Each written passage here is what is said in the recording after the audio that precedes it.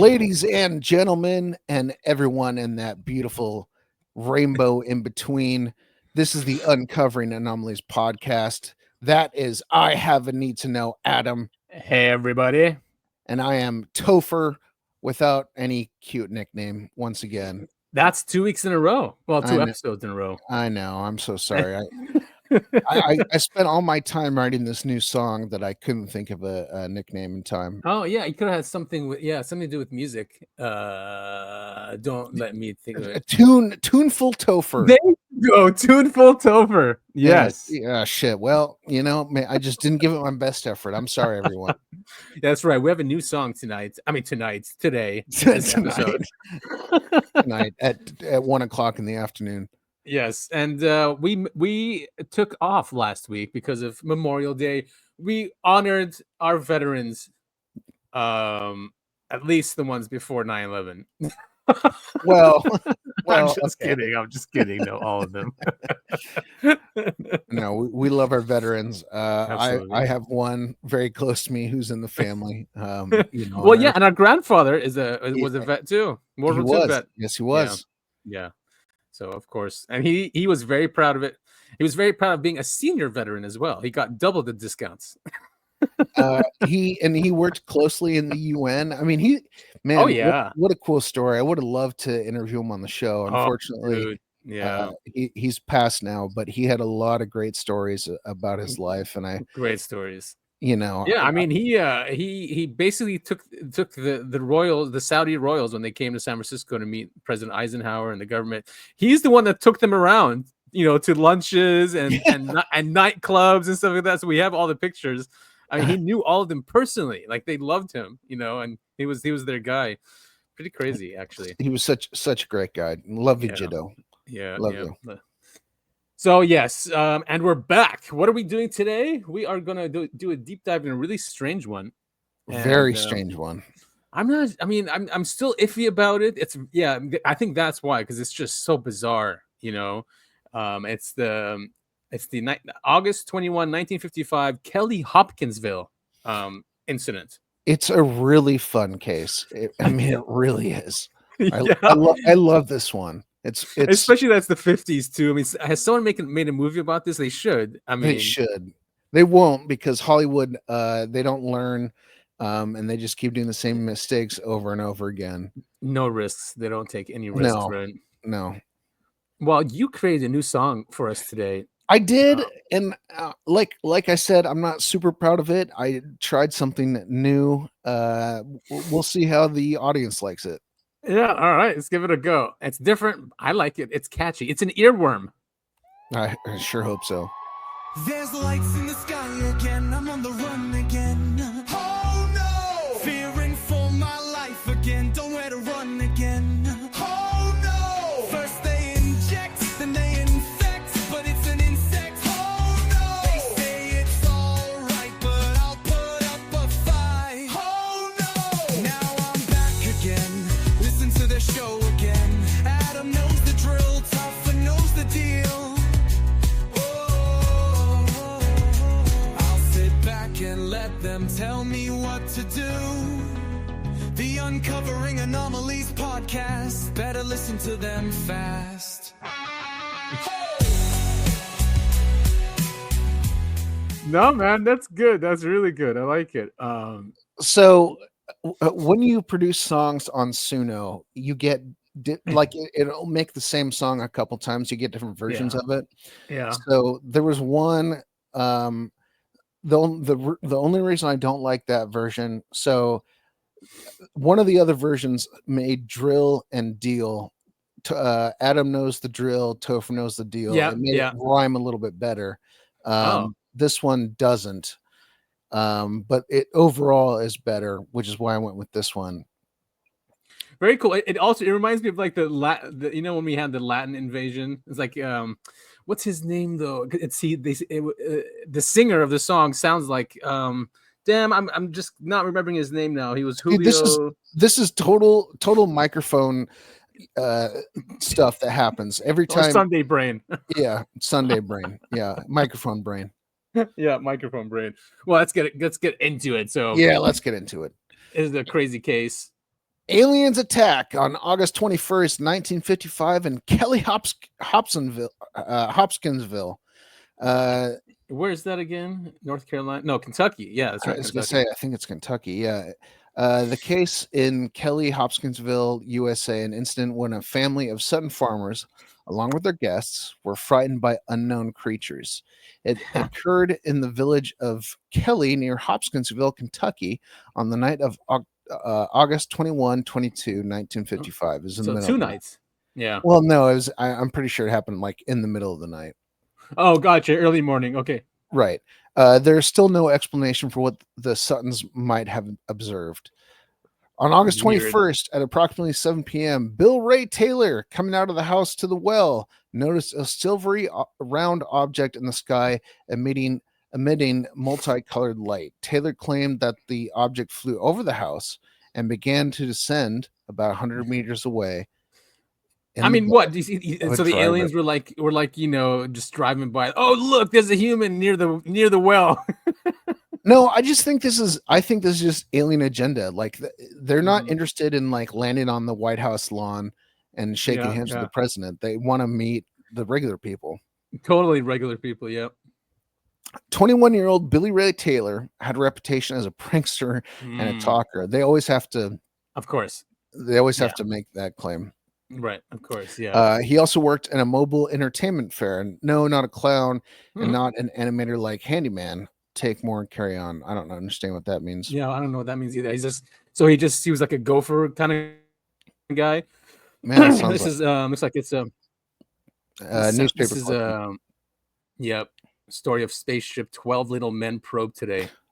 So I'm sure the article is going to touch on this, but the quote unquote debunkers of this say they were shooting at owls, which is just ridiculous. Yeah, owls, and that they were drunk or something on moonshine. But of course, that's pretty racist. Not racist, but culturist. Yeah. Yeah. They're saying they're farmers out in the boondocks. Yeah, they're probably exactly. drunk on moonshine. Yeah.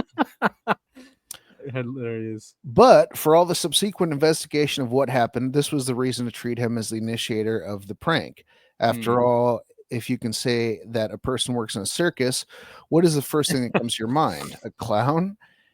He is a magician, a clown, or at least an acrobat in a short t-shirt. The circus is gone. The clowns are still there. Working in such institutions does not contribute much to the reputation of a serious person. Yeah, no, that's fair.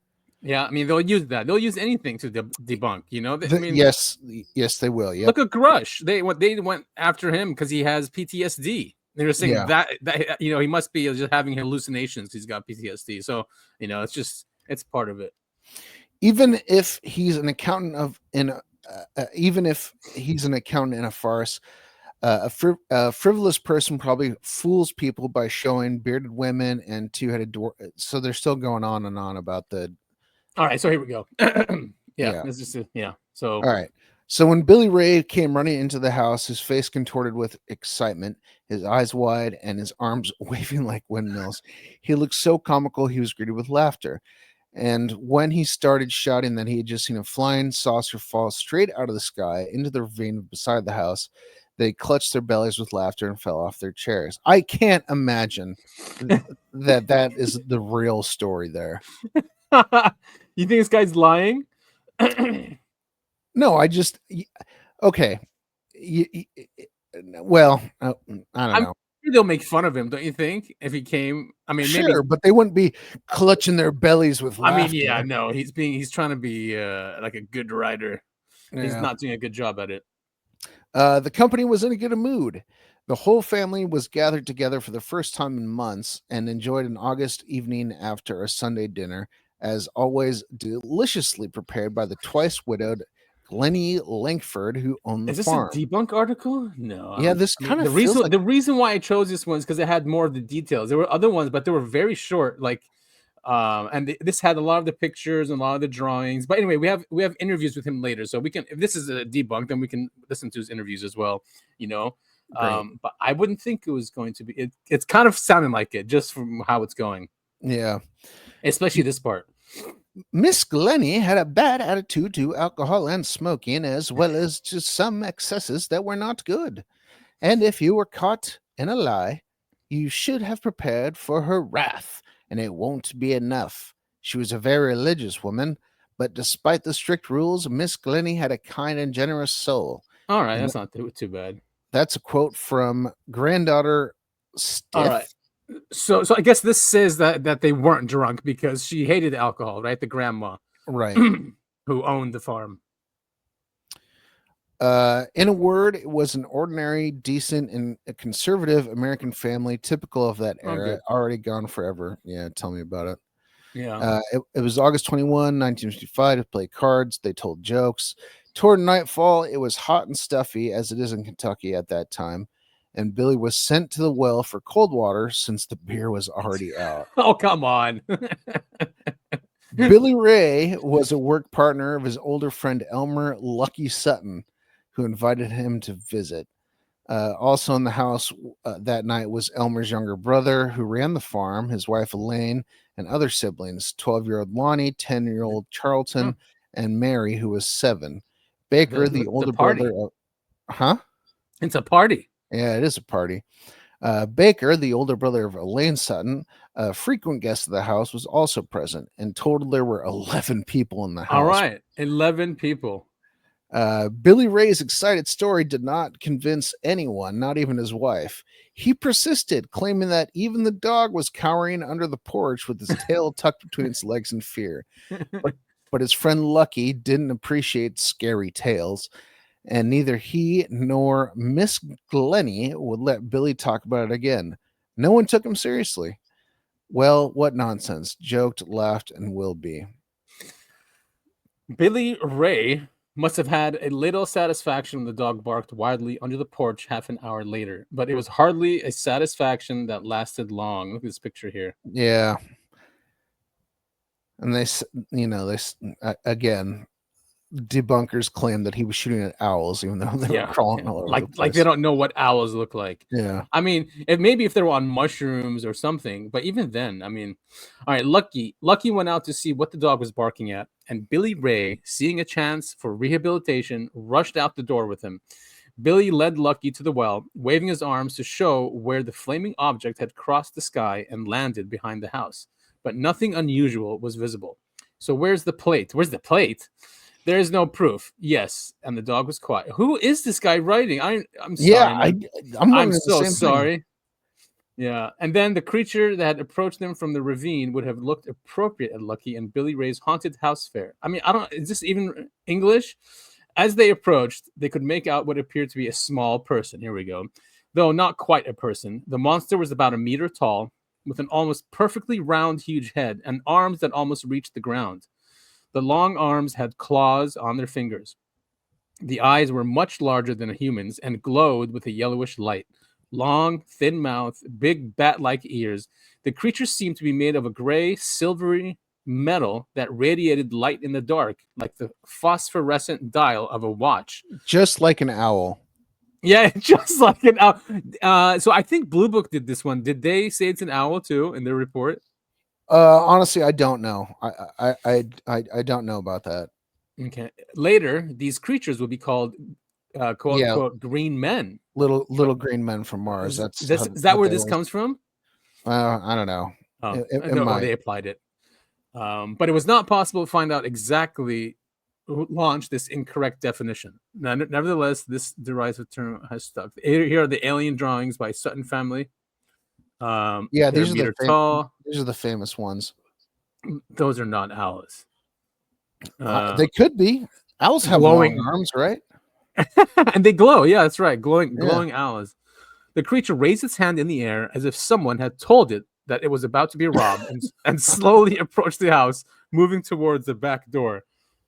If his raised hands were still a gesture of peaceful intent, he was going to give up, or on the contrary, like athletes. Dude.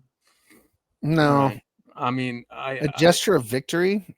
I mean, what is going on here? I'm gonna wait 1 second. Right, so, to the family's surprise, Lucky grabbed a shotgun and closed the back door, while Billy Ray armed himself with a pistol and closed the front door. The house was small, 3 rooms and a central corridor. with a small number of narrow windows. This might have given a sense of security in the defense, but since it was a hot night, all the windows and doors were open and only light blinds screens separated the family from what was outside. And there was no locks. So despite Lucky and Billy Ray suddenly arming themselves and guarding the entrances, the rest of the family continued their routine activities. That's okay. What? What is this guy talking about? Oh, there was a third door in the house in the kitchen, just a meter away from where the women were washing dishes. So I want to paint the full picture here. The guy comes running into the house saying, "Holy shit, a UFO just crashed." The men all get armed, and the women go, "Yeah, well, there's dishes to be washed," and so they can continue washing dishes. Oh my god! So. I mean, or we can just read these shorter ones. Yeah, much better. Yeah, let's do that. Sorry about that, everyone. All right, so here we go. The bizarre encounter with them. Yeah, right here we can start. The tail. Or should we skip to where they started fighting? Yeah, probably. I think we've got a general idea of like the background information. Yeah. Okay, silvery object, exactly. Okay, an explosion described. All right, so here's the police. Let's see here. The terrified group. Everything about them seemed to shimmer and glow in the darkness. Yeah, we can go from here. All right, so the invaders had round, oversized heads and long arms with talons that nearly touched the ground. Everything about them seemed to shimmer and glow in the darkness. Their eyes had yellowish light, and their bodies glinted like they were made of silver metal. And they were getting closer. And this is from the Project Blue Book. But those gathered at the Sutton farmhouse weren't going to go down without a fight. Sutton and Taylor grabbed guns. When one of the creatures pressed its face against the window, they started to fire. Good God! I honestly, would you fire though on this thing? If I saw this thing, I'd be terrified. Even though it's like a meter, they said a meter tall. I mean, that thing is still like, it's scary enough to go like, okay, this isn't an animal. This is obviously isn't a person. Like, what else are you supposed to do? You start, and we're Americans, damn it. You start shooting. Yeah. Here, height 2.5 to 3.5 feet. Sex, no indication. Head bald, same color as body. Chin almost a point. The big ears are what gets me. Ears floppy, large, extended considerably above crown of head, pointed at the top, like wrinkled leather, extended out from side of head somewhat. What's weird about this case is that this does not match the description of any other alien types that we know about. Before or after. Yeah.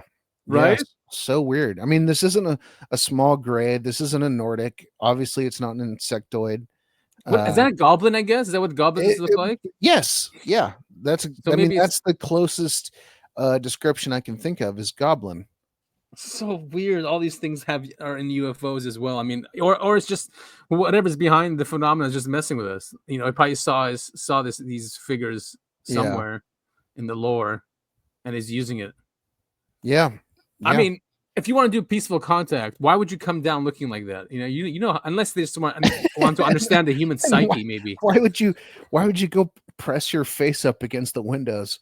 You know, like, I don't know, at least knock on the door. But again, we're trying to figure out the mind path of what an alien would do, which is impossible because we're humans.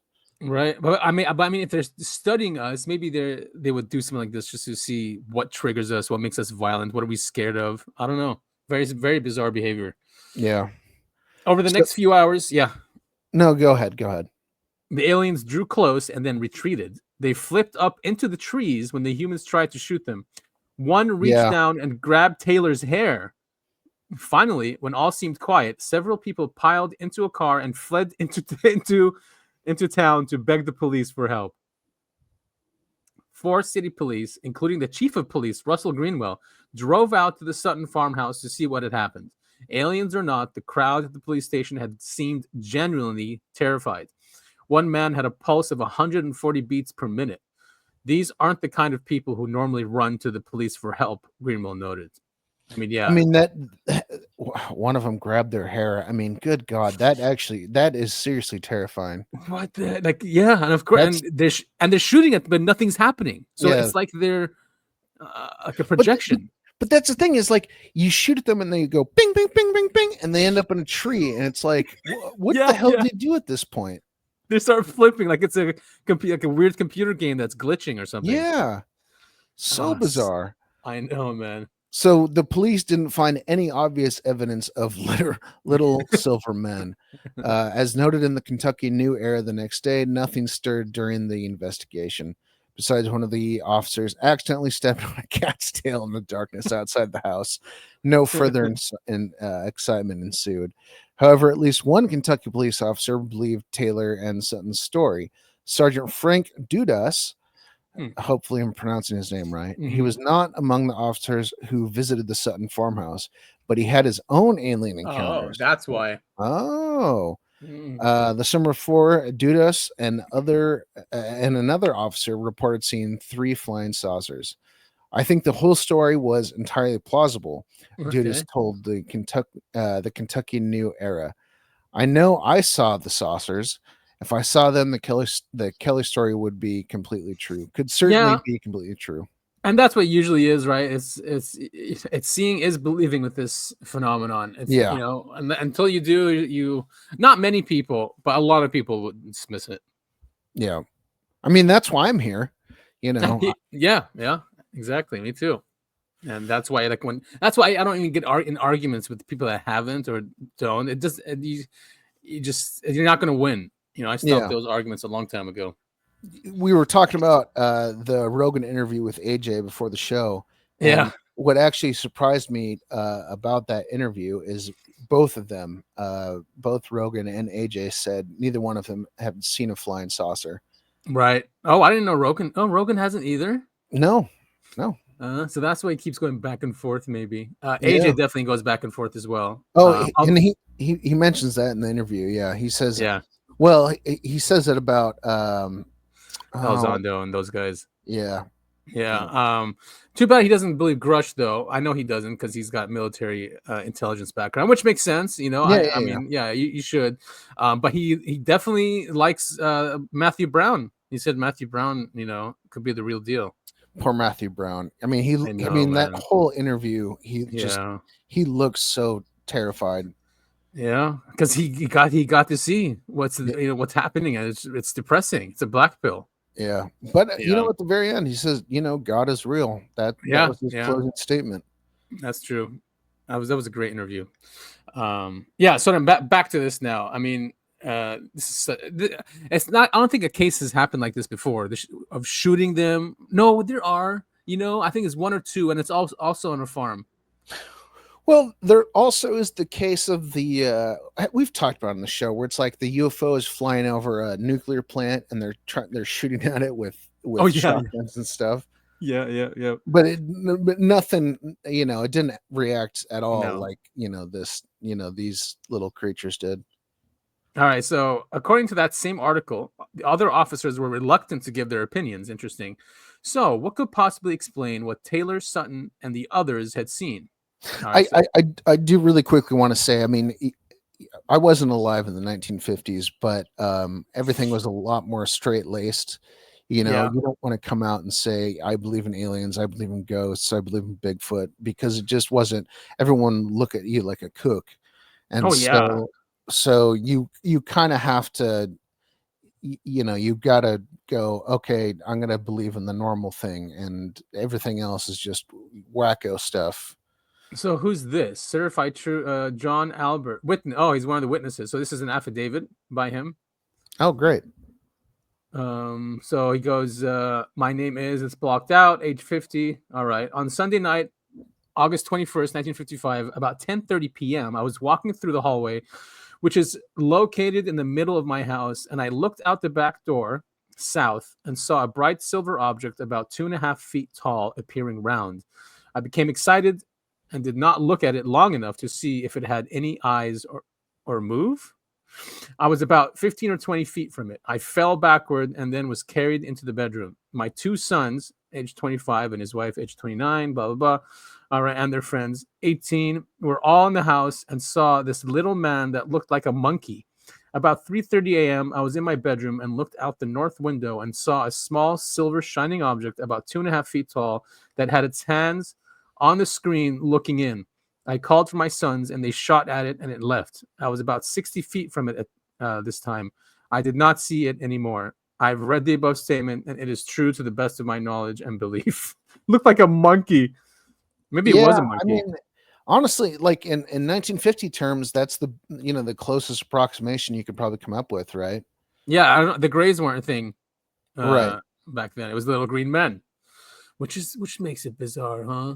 That they turn out to be like that. Like you said, we're half the phenomenon because, these things they can't even like with these long arms. Are you telling me they're creating these flying saucers? They're obviously not. Someone else is, right? Well, yeah. So the validity. Thank you. I don't know why I can't talk. Of the Kelly-Hopkinsville encounter was questioned immediately. Some people doubted the honesty of the Suttons, and neighbors dismissed the whole affair as a drunken debacle and the result of too much moonshine. Yeah. The lie they told about us, lamented Glennie Langford, Sutton's mother, who was also present during the incident. They said that we were drinking, but Langford knew what she had seen. The aliens looked like a 5-gallon gasoline can with a head on top and small legs, she insisted. It was a shimmering bright metal like on my refrigerator. What? Wow. That is wild. Even police who responded to the scene agreed that it didn't appear that anyone had been drinking. All right. So you got neighbors who are going, oh, yeah, it's just those drunk rednecks next door, doing their thing. But the police show up, go, oh, God, these people have not been drinking. Exactly. And they look terrified coming to them. I mean, they're not going to be acting. And again, one of the things that was touched on earlier in the article, these people are not the type to go to police. Right. Exactly. Yeah. They like they're farmers. They're armed. They like to take care of things themselves. They're a close family. Obviously, there was 11 of them in there. So imagine having 11 of your family members armed, and then you run to the police. There's something wrong. Something was going on. Yeah, clearly something was going on. But when the Sutton family tried to profit off interest in the story by charging admission to their farmhouse, I remember that. Any remaining goodwill toward them vanished. Yeah. Neighbors grew cold and threatening. 10 days later, the Suttons left Kelly for good. Huh. So I do remember that. They were saying basically so many people were coming to the house, to have a look. They're like, why don't we just charge people? But yeah, I mean, that does ruin it, doesn't it? It does. And I can understand both sides of it. I can understand, well, if we're going to have all these visitors outside of our house, let's not, why not charge them and make some coin? And then I can understand the other side of it going, well, they're charging people to show up at their house. Clearly this is a big, a big lie. Grift. Yeah, exactly. Something to profit off of. Yeah. So if it wasn't aliens or alcohol, what had happened during the Kelly-Hopkinsville incident? Today's cooler heads have a few theories. All right. And now I'm sure we're going to hear about the owls. And here's that image again. Look, they're muscular too. I just love how they have muscles. It's hilarious. Look at his hands. Such a weird shape too. And the eyes are like on the side of the head. Yeah. That's so, the theory behind where eyes are on animals, right? Like if the eyes are forward, that means they're predators. If the eyes are on the side, that means they're prey. Oh yeah, because they have to see if they're going to get attacked. Yes. Yeah. That is a good observation. So they're not. Well, I mean, but I mean, they're just curious. It seems like they were curious. If they're touching his hair, they were looking in the windows. So dumb. These are the stupid aliens. These are the drunk college aliens that show up and go, "Oh, let's see what's going on over here, bro." This fucking grabbing the hair, peeking in windows. Peeking in windows. I'm gonna shoot that thing. Don't be peeking in my windows. Yeah. Is it me? One explanation doesn't. Here we go. Yeah, one explanation does involve a creature from the sky, an owl. Great horned owls have long wings, glowing eyes, and round heads. Could the people at the Sutton farmhouse have mistaken this owl for an alien in the darkness? Well, I would Owls. probably say no. When you shoot an owl, I'm not exactly a hunter, but I'm pretty sure, and I'm not a biologist either, but I'm pretty sure if you shoot an owl, it just falls to the ground and dies. Yeah, especially with a shotgun. That thing is probably just feathers that's left. It doesn't bounce around and then flip flop all around and end up, No. up in the tree someplace. And it doesn't come to you with its hands up. Yeah. Right. Right. Because, and again, I'm not a biologist. I don't think owls have hands. No, you're correct. They don't have hands. No. Another theory also involved an animal. Arthur Haas Kanzler, a sheriff from a nearby town, joined other policemen at the Sutton farmhouse on August 21st. All right. In his telling, everyone was drunk and some were tossing a cat onto a screen door to scare the people inside. When I saw the Sutton's daughter. What? Tossing a cat onto a screen door? Oh my God. When I saw the Sutton's daughter reach up and pull that cat off the screen and the cat scream, I knew then that was the Martian, he told the Kentuckian. What is he talking about? On July 12th, 2003. This theory relies again on the fact that the witnesses were inebriated. Joanne Smithy, a current Kelly resident who helps put on the annual Little Green Men Days festival, doesn't think that this theory has any validity. No, of course it doesn't. That's an absolute insanity. We all laugh at the idea that they were drunk, Smithy said, because Glennie Langford didn't allow alcohol or even cursing on her property. The Suttons were very, very quiet, trustworthy family. Well, it's good they chose them. Yeah. More than 50 years after the Kelly-Hopkinsville encounter, the truth about what happened is more elusive than ever. But that hasn't stopped people from wondering and celebrating what might have happened on that hot August night. What's this? More pictures. Picture and then nearby newspaper. So here's what's interesting to me. And, we looked at see, all the pictures are different, right? Human perception is, it's weird. People can see the same event, but in their recollection, they see something completely different. And this is definitely the case here. Look at that. Evansville, Indiana Press, drawn by Larry Hill, the paper's staff artist, from descriptions of the spacemen given by Elmer and John Sutton. Drawing was not checked with the Suttons. Oh, okay. Can you scroll up and look at the one right above that? Oh, it looks like he's wearing a helmet. Yes, that's why I was going to bring that up. Oh. Yeah. Wait, who's that Marvel comic that it's Thor? Yeah. Oh, Thor. Yeah. Yeah. Dude. Yeah, and they were on their fours as well, not just walking on twos, right? Some of them, and they were on the rooftops. They didn't get into the house, right? No. I don't think so. But there was a lot more to this. I think when they went back, here it is. Okay. The incident and its ensuing coverage helped to solidify the idea of aliens as little green men. Yep, here we go. In popular culture. Although Taylor and the Suttons described the aliens as little silver men, newspapers ran with the little green men instead. That may be because the idea of green aliens had been around since the 1920s with the birth of science fiction. There are those who still don't think the incident was science fiction, however. There are millions of stars and planets in the universe, said Geraldine Sutton Stith, the daughter of Lucky Sutton. I can't possibly believe ours is the only planet with life. Today, Stith is determined that the world hears her family's side of the story, and I'm assuming we're gonna, now it's an ad for this video below. Yeah. Oh, there's an annual festival that happens. We need to start. We are a UFO pod. I mean, we're we're mostly a UFO podcast. We need to start going to these events. Yeah, I mean, they just finished Contact in the Desert this weekend, or yesterday, or maybe yesterday it finished. But yeah, it'd be great to go and network with everyone. All the other shows and even the guests or the presenters.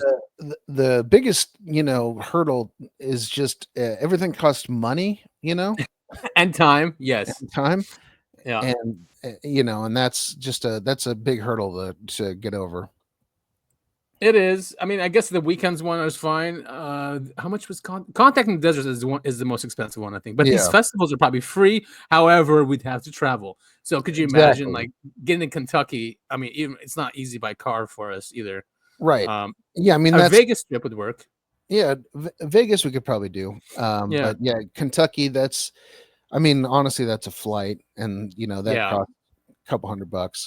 Exactly. So unless if we don't have our day jobs, then it would make sense. It would be easier. So wouldn't that be nice not to have our day jobs? Yeah, of course. Freedom. Yeah. All right. So this is an interview, I think, with one of the guys. So I don't know how old he was. Langford was there that night. He was 12. Now, for the first time ever publicly, he recounts what happened. All I seen was just what they looked like: webbed feet, webbed hands, pointed ears, and big round eyes. And they was about 3 foot tall. And they had silver uniforms on. First of all, my mother's first one that seen them. She was looking through the window, window glass, and one come up at the window. And my mother hollered, so my half brother, he came in there with a double barrel shotgun and shot him, but it just knocked him down. Call it done. He got up, and that was it. Didn't hurt him, didn't faze him a bit. Another creature on the roof grabbed at the hair of Lonnie's half-brother. He fired, but to no effect. I wasn't but 12, so I just felt scared, really. We was all pretty shook up. And if I remember right, we left and went to some friend's house for the night. It was about the best thing Lonnie Langford and his family could have done. They'd spent the night of August 21st firing shot after shot at what they described as 3-foot-tall creatures with pointed ears, long arms, and talons. Today, he says his family has spent the past 38 years trying to live it down. Can't explain it. Just don't make me feel right, because they're, I don't think they believe us or, stuff like that. In 1955, Kelly, Kentucky. I mean, he seems pretty upset that no one believes him, but that's years later. Looks like that was what, 70s or 80s when they interviewed him. Well, yeah, didn't the beginning of the interview say he was 12 when this happened, and now damn, could you imagine? And they're interviewing a full-grown man at this point. But yeah, honestly, I can't imagine how scary that would be. I mean, like imagine you and me are at a family gathering of some sort, and we see these little creatures coming outside, and one of them grabs, I've got the long hair, so one of them grabs my hair. I'd be freaked out. I'd be really freaked out. Of course. I mean, why are they touching? You know what I mean? It's aggressive behavior. It seems innocent, but it's still aggressive. Yes. Yeah. And there's no speaking. There was no mental. I mean, I guess that's the thing that always weirds me out, is because every time we talk about alien abductions and encounters, they're always talking through the mind or whatever. But in this case, there was nothing. There was no means of communication. It was all just just messing with them, kind of thing. Yeah. Right. Yeah. Like, oh, let's mess with these people. You really, on the first article we covered, they had their arms up like they were surrendering or in victory, and I guess that's a form of communication, but God, I mean, so like when an ape does that, isn't that saying I'm going to fight you or get away from me kind of thing? Right. They put their arms up. So you want to look big and scary, right? Yeah. Like, that's what they say about encountering any kind of wildlife, is you want to put your arms up and look big and scary. Exactly. And if these things are like 3 feet tall, who knows what they're trying to do? And you know, an alien would look that weird, I guess. I mean, people are always saying, how come they look like us? You know, how come they, you know, if they were on another planet, wouldn't they evolve differently? And you know, maybe there it is. These things are just bizarre looking with these long arms. But I'm just trying to think evolutionary. Why would you be small like that with really long arms? I guess monkeys are like that. Yeah. Well, the thought process is if you well, maybe I'm wrong about this. Maybe they're a government experiment because we was doing the nuclear age. Yeah. Well, no, I think the thought process is if you evolve in space, you want it, you know, you want to be small. Yeah, kind of. Except I'm contradicting myself because in the expanse, you know, they talk about with low gravity, you know, you get longer and longer. Yeah. Oh, yeah. With you know, maybe with these aliens, you know, you want to take up as less, you know, as minimal amount of space as possible. Yeah, I mean that's what these whistleblowers say. That's why the Greys are put together like insects. They're extremely light. Their bodies, how they're constructed. In a bizarre case, I think this is from a documentary. 70 miles north of Nashville, Tennessee, was a peaceful farming community. On the evening of August 21st, deep in the Kelly countryside, a party of 10 people reported a wild encounter with aliens. The Langfords were winding down from a family get-together filled with laughter and card playing. 12 years old at the time, Lonnie Langford says he remembers that night clearly. There was me, my brother, my sister, 2 half-brothers, their wives, and a friend and his wife. And that's about it, besides my mother. And we just sat around, you know, and talked and played cards. My half-brother's friend, Taylor, he had to go out. You know, we didn't have no inside restrooms back then. And as he was going out the door, he looked up and he noticed this round object. It had lights all around it. The Langfords' guest raced inside to tell the others what he had seen. They all thought he was joking. The card playing went on, uninterrupted. Finally, everyone turned in for the night. Everyone except Lonnie's mother. She was just laying there awake with her eyes open and looking out the living room window. And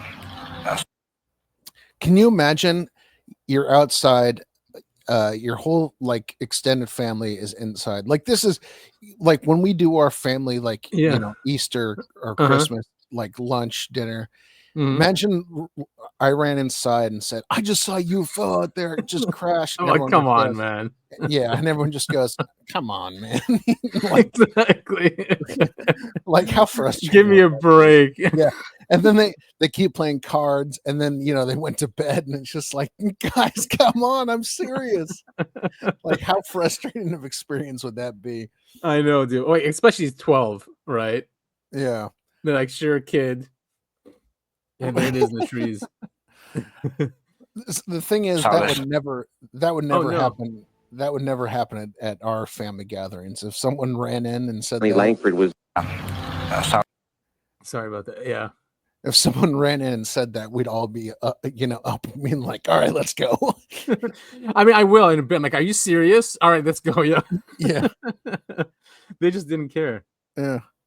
Well, this little this object standing there, she screamed, you know. Everyone jumped out of bed, and Lonnie's brothers grabbed their shotguns. He saw little creatures 3 foot tall, 12 feet, 12 ears, big eyes, hands were web-shaped like. They were silver, had silver uniforms, no noise, no sound, no talking. They was just there. I don't know why.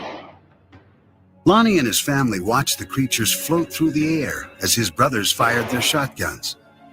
They say some bullets knocked the aliens over, but that to everyone's horror, the strange beings got back up again, unscathed.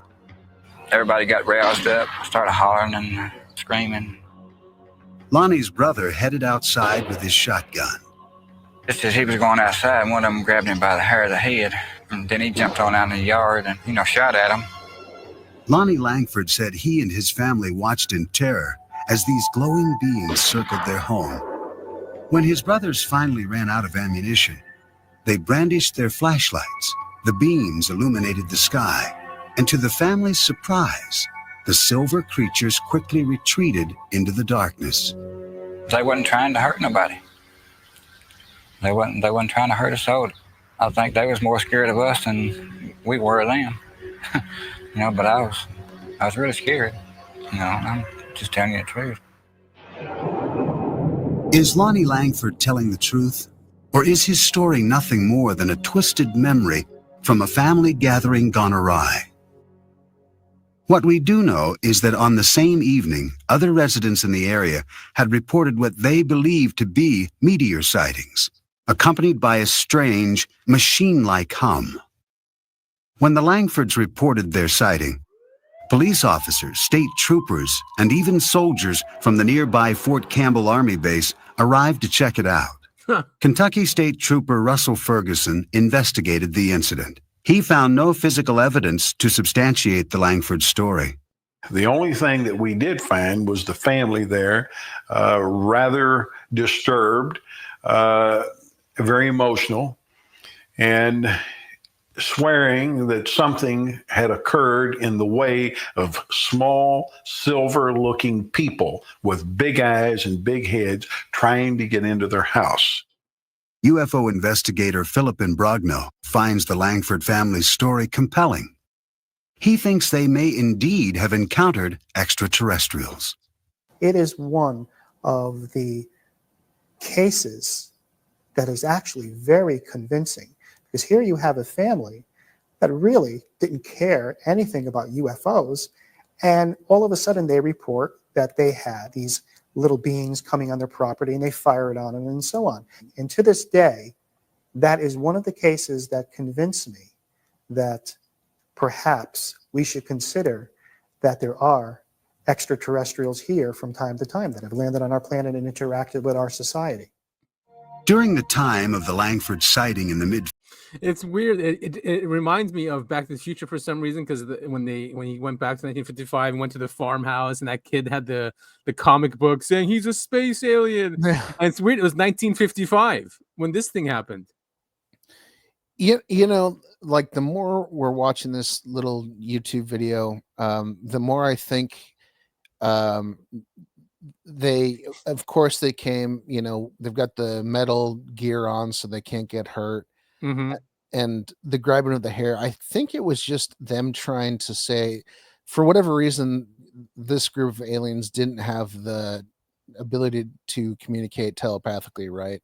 Right. And I think they were just saying like, "Hey, chill out, bro. Chill out, bro. We just exactly like touching the head too. Like, come on. I'm, we're not gonna hurt we're you not here kind to." of And just like the guy said, like, we're not here to. He didn't think they were there to hurt them. And I think that was just the aliens trying to be like, hey, please stop shooting us. We just want to like chill with you guys. Man, those suits too. I mean, I guess it made them fly as well. Those suits. Yeah. If they were glowing, they had something. They were doing something. Yeah, so exactly. Protecting them, maybe some kind of field around them that allowed them to float and then protect them from getting shot. Yeah.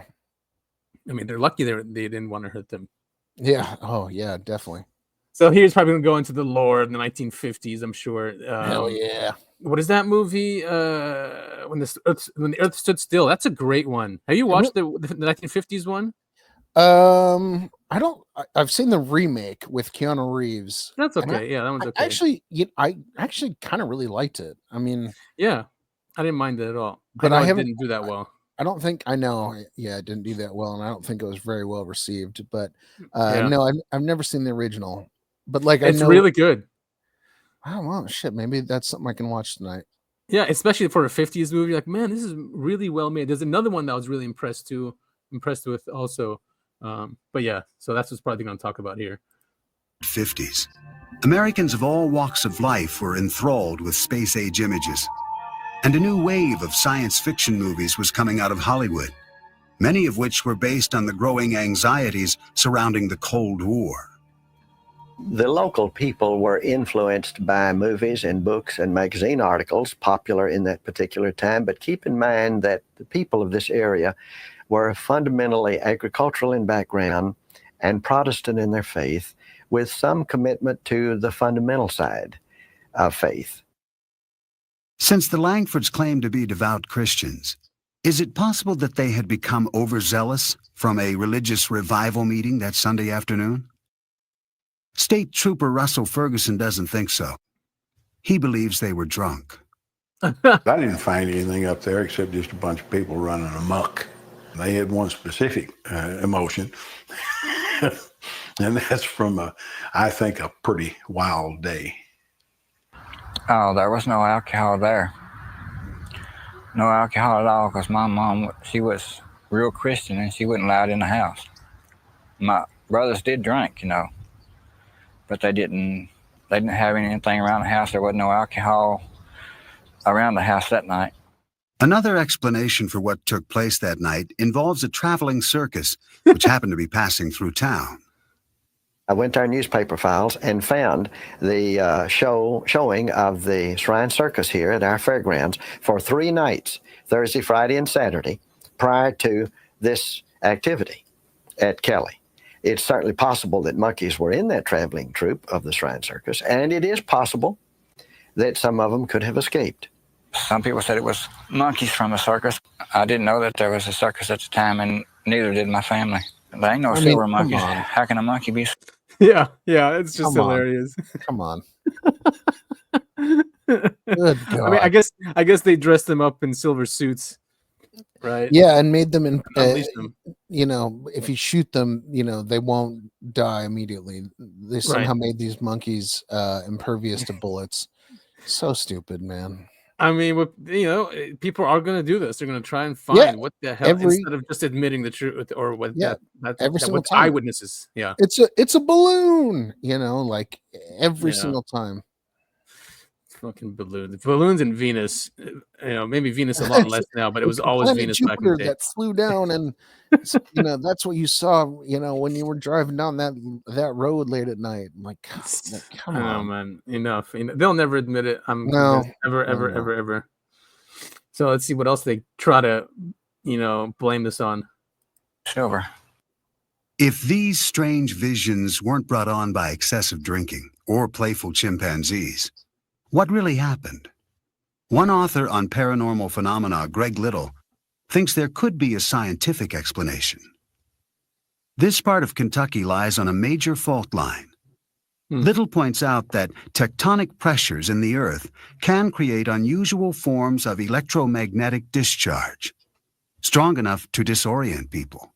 These electromagnetic plasmas have this enormous, powerful electromagnetic field around them. And when a person gets close to this field, it does interact with brain biochemistry. It also produces serotonin, a substance that is biochemically identical to a hallucinogenic drug called dimethyltryptamine, which is a 30-minute LSD trip, which, gee, if you had a 30-minute LSD trip when you were asleep, what would we call that?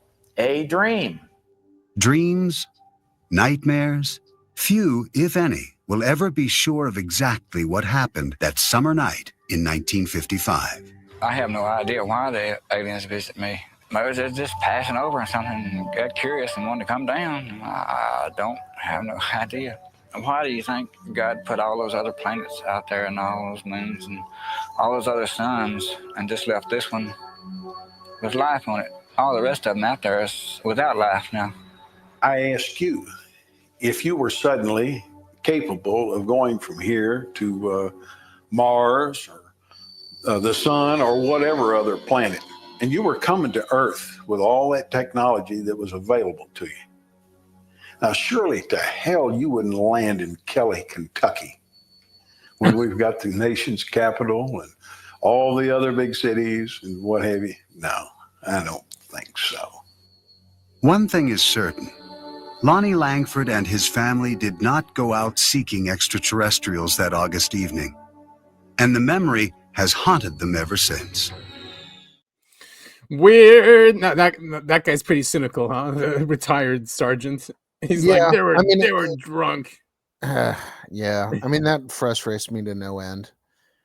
Yeah, I mean he's a debunker. They're out there. They get sent by the government, and Yep, they sure do. All right, so that's definitely a really cool case. It's a really, really fun one. Really, really weird. And Yeah. you know me, I love the weird. The weirder it gets, the more I'm interested in it. Well, look, there's one. Here's from Think Tank. Video from Kentucky. This guy, you see this one? No, what? No, I haven't. Look, it's even Getty Images. Look at this thing. What? Yeah. That's weird. It's on Getty Images, so he sold it. Look at that thing. This has to be AI or something. Probably. John McDonald was driving at night through rural Scotland. Oh, he's saying this is one in. Oh yeah, so there's that one in Kentucky, and this is from Scotland. This is the new one. Okay. From Scotland, so it looks exactly the same. So I guess proof that it's real. Yeah. Huh. I like it. I like it a lot. AI. Everyone uses AI for everything now to prove or disprove things. Yeah. Kind of a shame that's where we've gotten to at this point. I know. Louis Elizondo's still out there doing interviews. And here's this. Oh, on Dr. Phil. He's got a huge. Does he have a huge audience, Dr. Phil? Yeah, he's a really famous guy. You send this to me and I go, Dr. Phil's doing UFO stuff? Like William and Mary. He went to William and Mary. I honestly, I don't know, but just the fact that Dr. Phil is talking to Lou Elizondo, I mean, what timeline are we living in? It's so weird, right? Exactly. What time?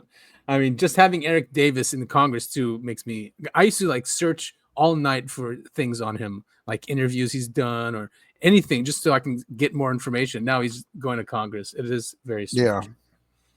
I still have my security clearance with the United States government. And so because of that, I am still held by my non-disclosure agreement. But what I can say is what I've been cleared to say by the Pentagon previously. And that is that the U.S. government is in possession of extremely exotic material of unknown origin. And I can also say, after, by the way, a year of a back and forth dialogue with the Pentagon, I can also say now, without getting into trouble, that biologics or biological specimens and samples were recovered from some of the crashes involving some of this very, very exotic technology. This conversation is dynamic. It's ongoing right now. There's a lot of people, both at the Pentagon and at the CIA and within our intelligence community, that are trying to figure out how to have this conversation with the American people. Why is that? It's because it's been over 70 years of misinformation that has been put out. And now the government finds itself in a situation where it has to basically unwind that tape. Despite telling the American people that there's nothing to see here, it turns out that there was quite a bit to see. And this sense of stigma and taboo, which, as you mentioned yourself, Phil, in the beginning, has tended to relegated this conversation to kind of the backwaters of fringe conspiracies. And it turned out that it's actually very, very true. Crazy. I mean, people still think, he's a disinformation guy, and he is out there saying things. Just based on the Rogan episode with AJ, I think AJ thinks he is too. Yeah, definitely. AJ thinks that. Well, because he had that experience with Richard Doty, right? That clip that came out. I think we played it on the show, right? Where Richard Doty came out and said that he was approached by Louis Elizondo to work with him at the Space Force for disinformation, something like that, which is crazy. And of course, Doty went nuts. He started telling people, "I'm going to block you if you share this clip." It was Red Panda Koala. That's right. And then people started calling Red Panda like a Mossad or KGB agent or something like that. Of course. Par for the course. We'll be called that here pretty soon when we start blowing up. I can't. Is this the right screen? You see Red Pandas? Yeah. Okay, because my screen went off as usual. The attendees were dealing with. We had 3 meetings in 1 week. It was just unfortunate that there were health issues that a couple of the attendees were dealing with. Lou Elizondo, I think that he was not attending because I think he needs to take a break. He feels personally responsible for showing a photo that proved to be a fake image. And so he's trying to take some time away from the topic.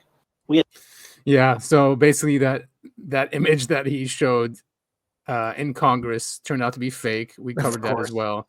Yeah. So, which made him resign from his position at the UAP Disclosure Fund, and someone else also resigned from there. So, but that Dr. Phil interview was after all that debacle. Right. Oh Yeah. man, debacle's the right way to put it. What a mess. What a mess. So his reputation now is pretty much shot. Yeah, when it comes yeah, exactly. So And it's a shame. I mean, Lou Elizondo, he was one of the top, the top dogs in the disclosure and getting UFOs out to the general public, and to see where he is now today, it's just it's a bummer, but I think it's also necessary. You can't have that kind of, if you're trying to be a leader in leading UFO disclosure, you can't be sharing obviously fake photos and things like that. Exactly. And so it's too bad. And well, here also, John Ramirez said that he has identified, there's a UFO harassment group, they're called. It's not these guys, but I think it's, anyway. So John Ramirez, he's also in the UFO community. He's ex-CIA, and he said he identified some of these groups on Twitter that are there to muddy the waters and prevent disclosure.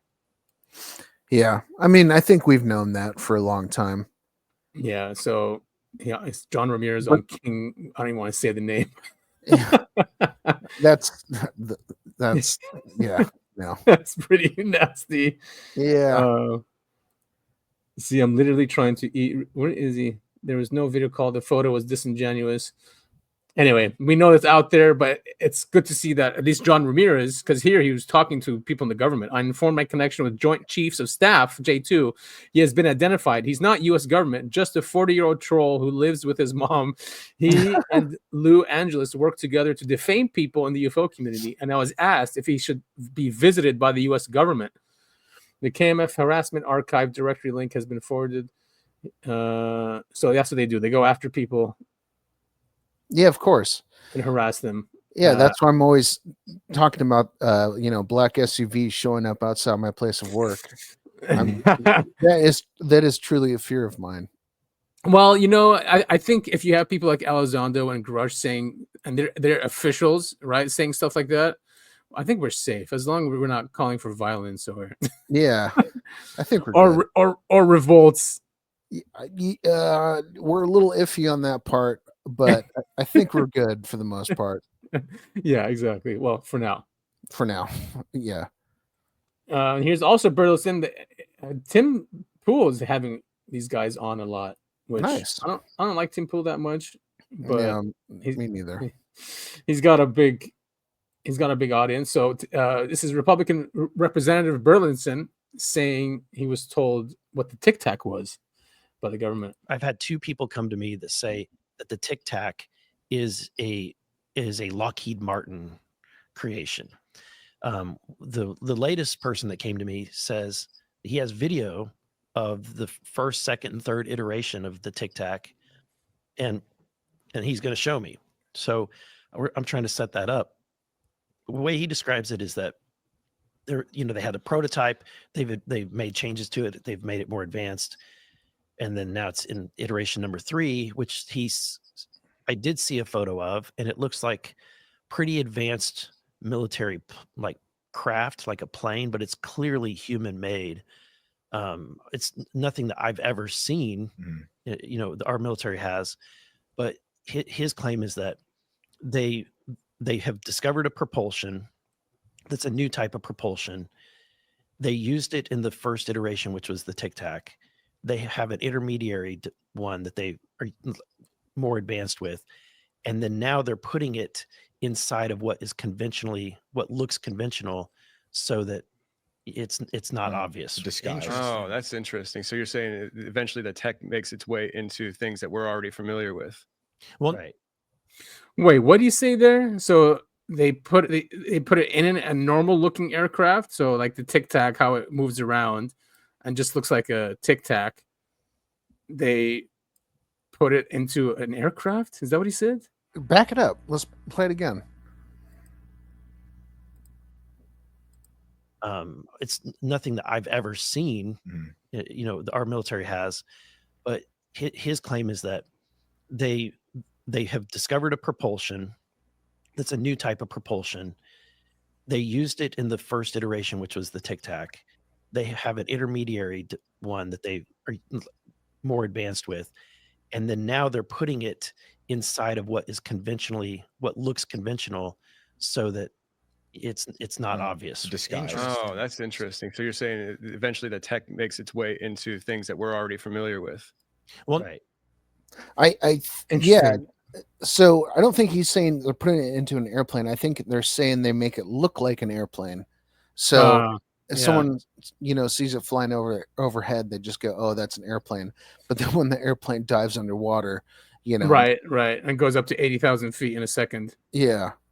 But if it looks like an airplane, wouldn't going that fast like break the wings? I don't know. I mean, it's strange. Yeah, definitely it's very strange.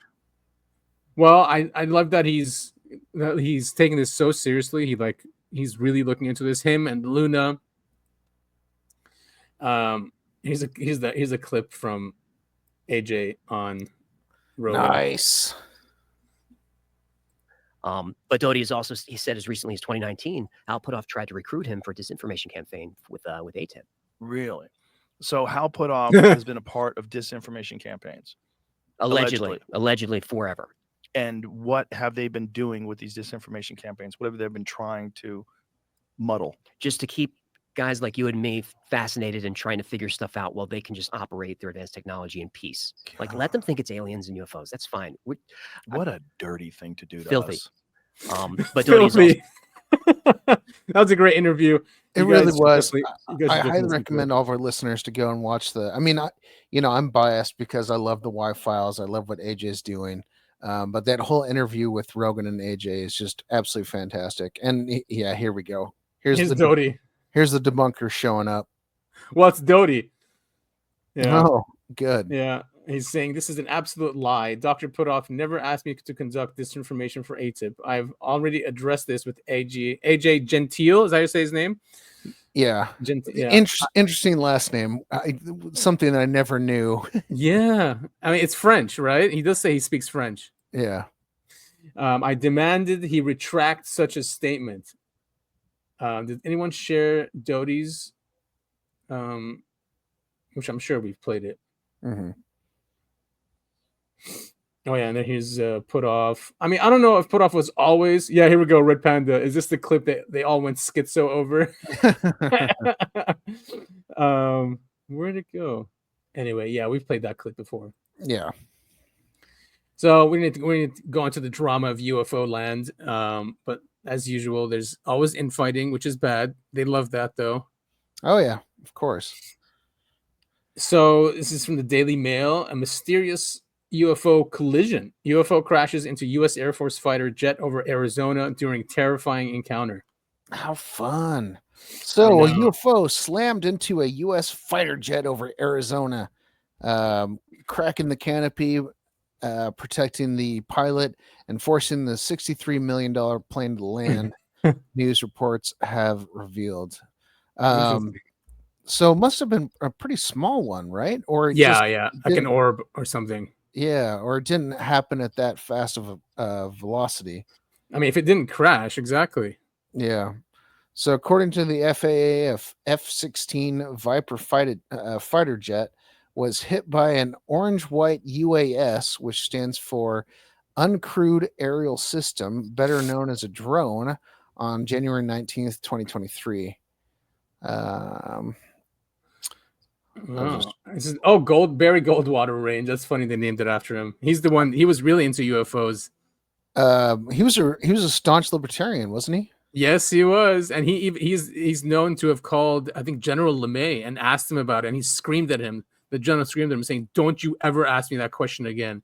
He's asking me about aliens and stuff. He goes, "Is it true we're keeping aliens at Wright-Patterson Air Force Base?" And he just gave it to him.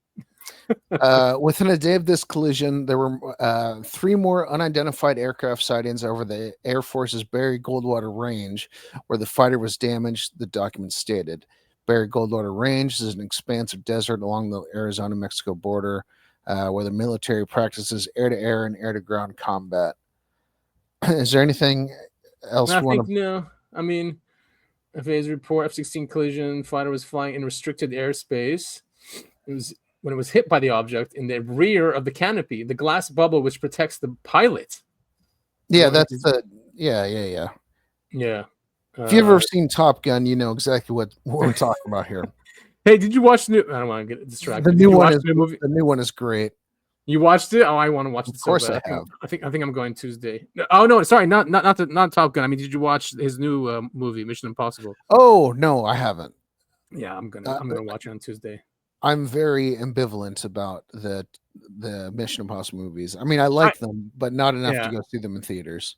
Oh, okay. I mean, I like because he's like the only one doing real movies. You know what I mean? Like old, like just I can't explain it. He's the last movie star. Like actual movie star. Yeah. You know, there's famous actors and stuff, but you know, there's only one actor at this point, in my opinion, that gets people to theaters, and it's Tom Cruise. It's nuts, huh? Yeah, that's so true. Yeah. No one else can do that. I mean, he's a nut job, but man, does he commit. Yeah, dude, I love all his movies. He lives and breathes film. Yeah. So Arrow actually looked into this. Shows that that's something else. Here's the area where it happened. Of course, on one of our bases. The most convoluted map I've ever seen in my life. Look at that. Just all over the place. Yeah. Air Force Base. Like Nevada is just one big giant Air Force Base. Yeah, that's funny how that works, huh? Yeah, exactly. And the black money is being funneled from the casinos, probably. Yeah. Right? Why else would you have casinos there in Area 51 right there? Yeah, they decided to build a city right in the middle of the desert and put a bunch of casinos there. Yeah, that's not suspicious at all. So the F-16 collision is just one of 22 incidents involving Air Force pilots seeing or crashing into strange objects between October 2022 and June 2023. Wow. Huh. That's actually wild. Yeah. I mean, so they're obviously still messing with our military. And you keep saying there's nothing there. So why does Arrow say there's no evidence? Isn't this evidence something's going on? What is it, China? Yeah, Yeah, that makes no sense. Imagine China doing that. The math doesn't really check out there. No, it doesn't. All right. So what else? You sent me one also from the Daily Mail about Catherine Austin Fitz. She was on the Tucker Show and on Danny Jones. Ex-Bush official makes shocking claim about who is really running the world. It's demonic. Yeah. She's been pushing the breakaway civilization thing too for a while. We've talked about this on the show before, you know, where there's some other worldly forces that are actually controlling, you know what's going on in the world. Yeah, I mean, exactly, because it's a hierarchy, right? Just like and that's why they like the pyramid, because it's like a pyramid. I mean, the way that everything is run on this planet, and even them. So the higher up the pyramid you go, you're going to see that the people at the top are also taking orders, and anyone who's looked into this seriously, say that it is some kind of other. It's an NHI, whether it's interdimensional or real. It's real just beings. It's the occult. I mean, talk about sorry, my mind's going about 3 different places right now. But we're talking about the Black Eye Club. Yeah, the Black Eye Club and Panda. I didn't know Panda was a thing too. Did you know that? The whole Panda thing? What that's from? I don't want to say what it's from. We can talk about it offline. Okay. All right. Yeah. But Elon Musk just became part of Black Eye Club. Why would he do that? I'm sure he knows about that theory. I mean, it's so weird. Right, but so the theory behind that is it's demonic, right? Yeah. It's an initiation. All of these people, why are they into, having sex with kids? Why are they into hoarding all amount of money that they possibly can? And then know, just don't retire. Like, look at Bill Gates. Like, fucking go retire with their hundreds of billions. Why are you starting to spray the Yeah. skies and buying up farmland and, like, you know, enjoy your life, dude? But no, because they're slaves as well. They're slaves to something. yeah, exactly. Yeah, and that's basically what this article is saying. Yeah, yeah. She says that they're part of the cult. Is there a clip that she has, or they didn't play it? Oh, here. Oh, that's the whole episode though. But it's a great episode. Yes, she talks about the Collins Elite, which we've talked about. Yes, we have. Wait, she's saying there's no. However, there's no evidence showing the Collins. Oh, because she says the Collins Elite. But no, you can tell. Rick Redfern, yeah, Collins Elite are definitely. You can see it in our government. Yeah, you know. Yeah, but and even my question is this. I've already kind of answered it in my own head. So we've got all these evil demonic forces that are essentially running the world. Where's the other side? Where's the good side? And I think the good side is us, not you and me. I just mean people in general. Yeah. I mean, or they help in a different way. They're not so overt. Yeah. Or maybe they're not invited, because I don't think the ruling class, invite the good ones. So it's whoever's inviting. If you're going to invite bad ones, right? Well, because the bad ones promise them, money and power. Yep, exactly. And that's have you ever watched? Sorry, I'm going to go off a little tangent here. Have you ever seen the Devil's Advocate? Yeah. Yeah, it's kind of like that, where it's literally the devil offering Keanu Reeves, a better lifestyle, all this money and all this power. And I think life is kind of like that, where you have to accept things from the evil side to get more powerful. Yeah, if you want to cheat, I mean, it is like it's a hack. Basically, it's hacking the system. Yeah. But that also means that this is a managed world or a managed reality. So right. And someone else is managing it and then just giving access or power to whoever gives them what they want. I mean, if you look at what happened with COVID and all these forever wars, it is very demonic and very anti-human. Yes. The agenda is anti-human.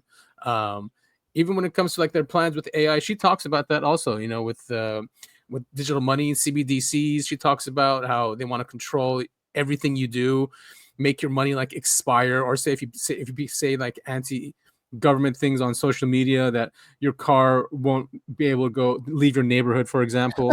Just shit like that. And they could easily implement that, and they want to. Oh, they definitely want to. Backlash. Yeah. So that's very anti-human, very anti-freedom, and it doesn't seem that humans would really want to do that, unless some other element within there. So, that's where it comes from, I think.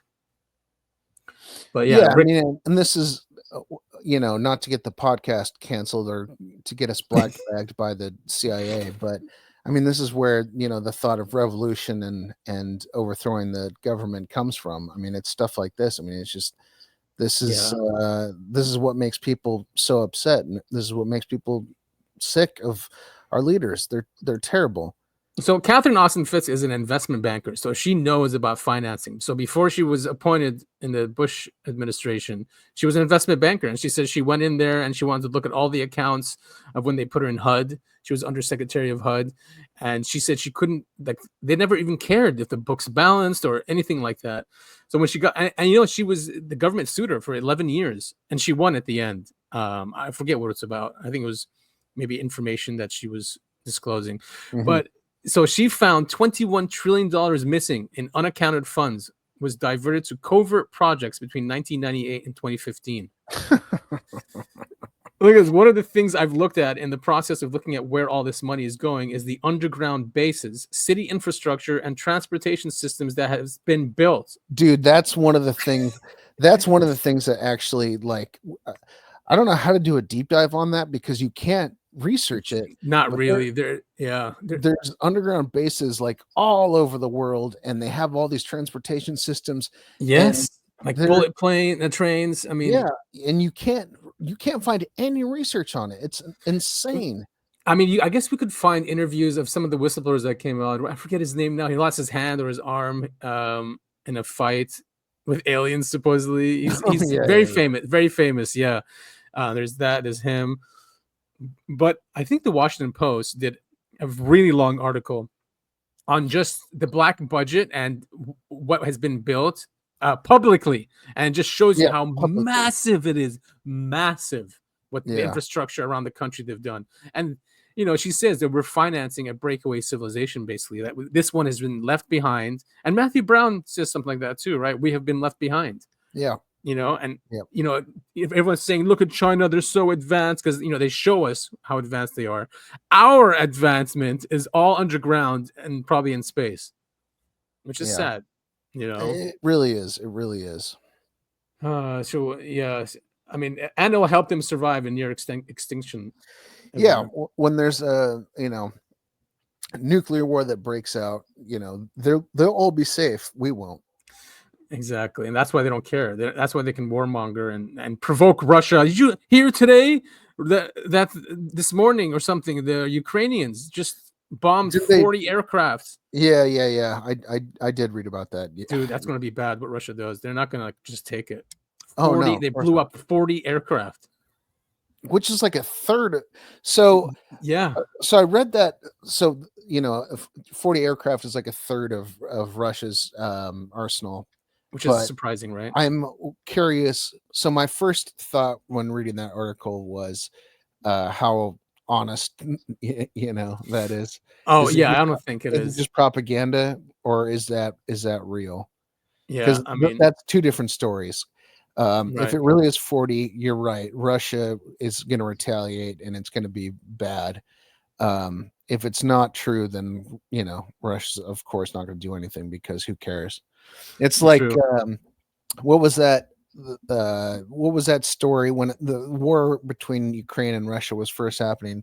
There was that story about the pilot who shot down a bunch of those Russian airplanes, and it turned out yeah, it was a complete lie. Yeah, the ghost of Kiev or something. The ghost of Kiev. Yeah. Total lie. Total, complete, and utter lie. I'm wondering if this is unbelievable. I'm wondering if this is more of the same thing. Yeah, good point. It's. I mean, it is scary. If it's, I just hope it doesn't get serious, because we could be seeing nukes. We got through the Pakistan India thing. Yeah, that's true. It was quick. Yeah. So Douglas Dean Johnson, he's a great journalist, but I don't put everything he says as true. He went and just destroyed Harold Malmgren. Real world history versus grandiose fantasy. Grandiose. Sorry. Grandiose. Yeah, I said it like a French guy. Grandiose fantasy. Oh my God, ridiculous. So you corrected me earlier, so we're good. So it's a really long one, and it hurts, because Harold gave up a lot of information on his deathbed to Jesse Michaels and other journalists. We've played it on the show as well. It talks about the nuke that got shot down, not the nuke, the UFO that got shot down with the space test, and the whole JFK thing. And anyway, so it's a read. You guys can go ahead and read it. I don't think he's correct in what he's saying, and I'll tell you why. Right after that, he came out with this: the Bluegill Triple Prime did a nuclear test knockdown in non-human craft in 1962. He also goes through, and his arguments are not. Initially, they are when you read his arguments. However, Crookshanks is an investigator from Australia, just completely destroyed this article, saying that he's just making up stuff. He doesn't understand what's going on. So there's that. That's that going on. He's basically saying, Douglas Dean Johnson is saying that it was just the Titan booster, part of the booster that came down right here. Oh, interesting. Yeah, that it's not a UFO, because even Malmgren said that it was a UFO and they went and grabbed it, right? And yeah, it's hard to take. So, but then Crookshanks comes here and he shows is on LinkedIn, of course. And he goes through Dean's article and basically says he doesn't know what he's talking about. Great. Which is good to see. It is a great article, though. Yeah, and definitely. He shows that it was something anomalous, and it was not the booster that came down. Yeah, you think that if it was the booster, it would be, taken out with the explosion. Yeah, exactly. The Thor, here it is. In addition to a highly reliable missile, the Thor has the capability of being programmed for a booster cutoff at any time during powered flight. This would permit the warhead to be separated from the booster and allow it to process on a ballistic path to detonation point, thus reducing the possibility of the booster interfering with diagnostic and debris investigation. So they designed the booster to be really far away from the explosion. Right. So that just kills it right there. Yeah, exactly. Yeah. So it just goes to show, like, someone like Dean, what is he doing? Why is he being a debunker? And who's, because the guy does lots of in-depth. He's paid for by the yeah. U.S. So government. here's another guy we shouldn't trust. I trust Crookshanks. Anyway, great study. We'll leave all of them in there for you guys to read and go through. But the bluegill triple prime tests are just insane. Yeah, what were we doing testing these nukes in space? Really? I mean, when I first saw those, I'm like, who are they doing that for? They were trying to. So according to AJ, they were trying to bust out the Van Allen belt. They were. And that too. I mean, there's that theory as well. Also, yeah. And then they made it worse, actually. Yes. Yep. Which is hilarious. All right. So moving on. Oh yeah, I sent you this one. Nice. They didn't take this one. Yeah, this one was really, really weird. I mean, this is again, this is right up my alley. So this person on UFOs, the subreddit, he said, "I saw a massive, silent, floating train near Area 51 and disappeared into a mountain." So we've talked about Dulce Base before on the show many times. This kind of reminds me of that. It also reminds me of Skinwalker Ranch. The people there talked about seeing that they thought there were RVs, but then they would float over the fences and stuff. I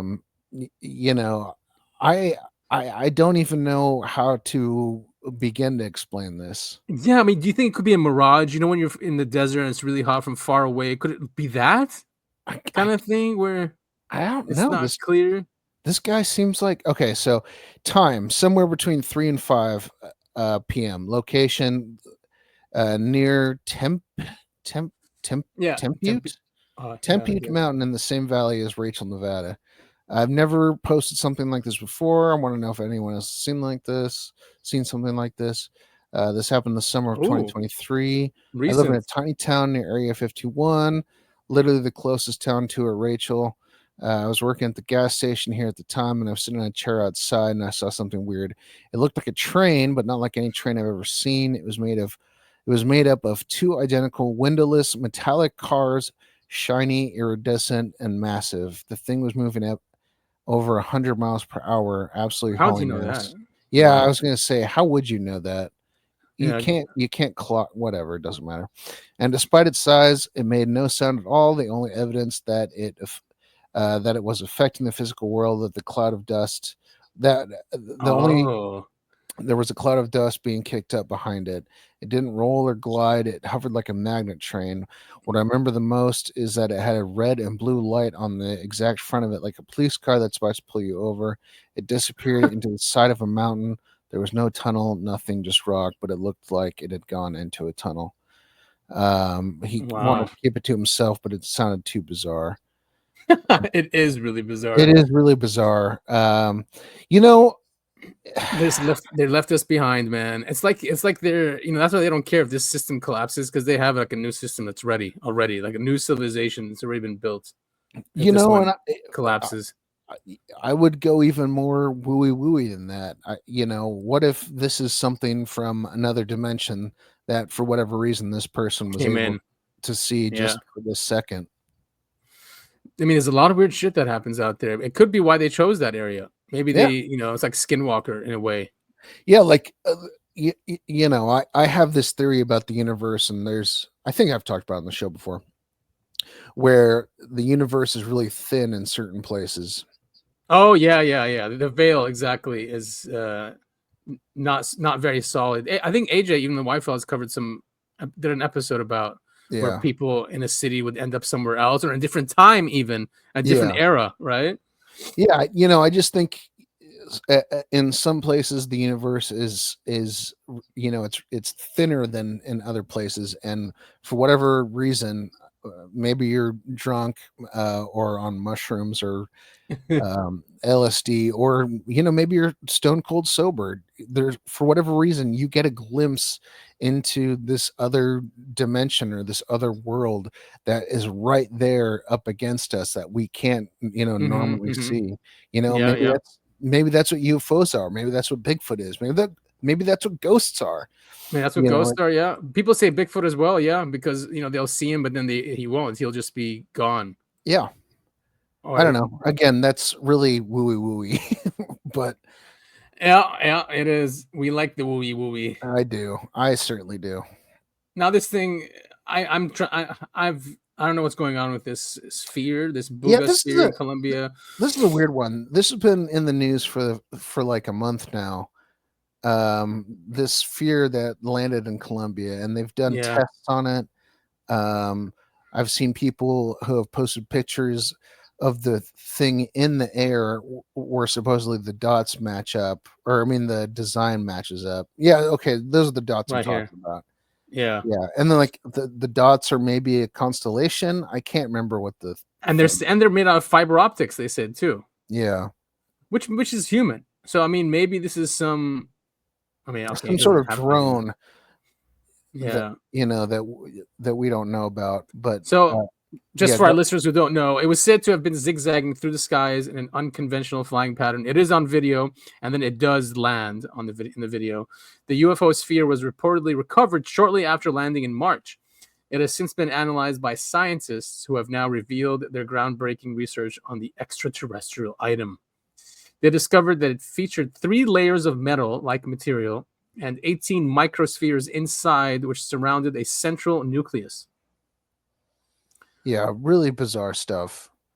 Yeah, if it's a UAP, I would be stunned, but it's possible. I think that governments need to think more about the psychosocial positive aspects of these kinds of mysteries, because self-transcendence is often ignored as a motivating factor in people's this is going behavior. along with the theory that all of these things are gifts to mankind. To figure something out. I mean, if I can figure out anti-gravity, wouldn't we get the hell out of here? I'm out of this prison planet. Well, that's the thing, and all of this coincides with one another because you're not allowed to leave. You're not allowed to leave. This is a plantation.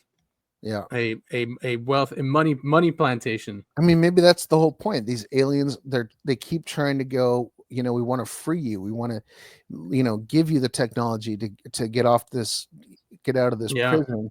But the people who are on top, the demonic entities, won't let us leave.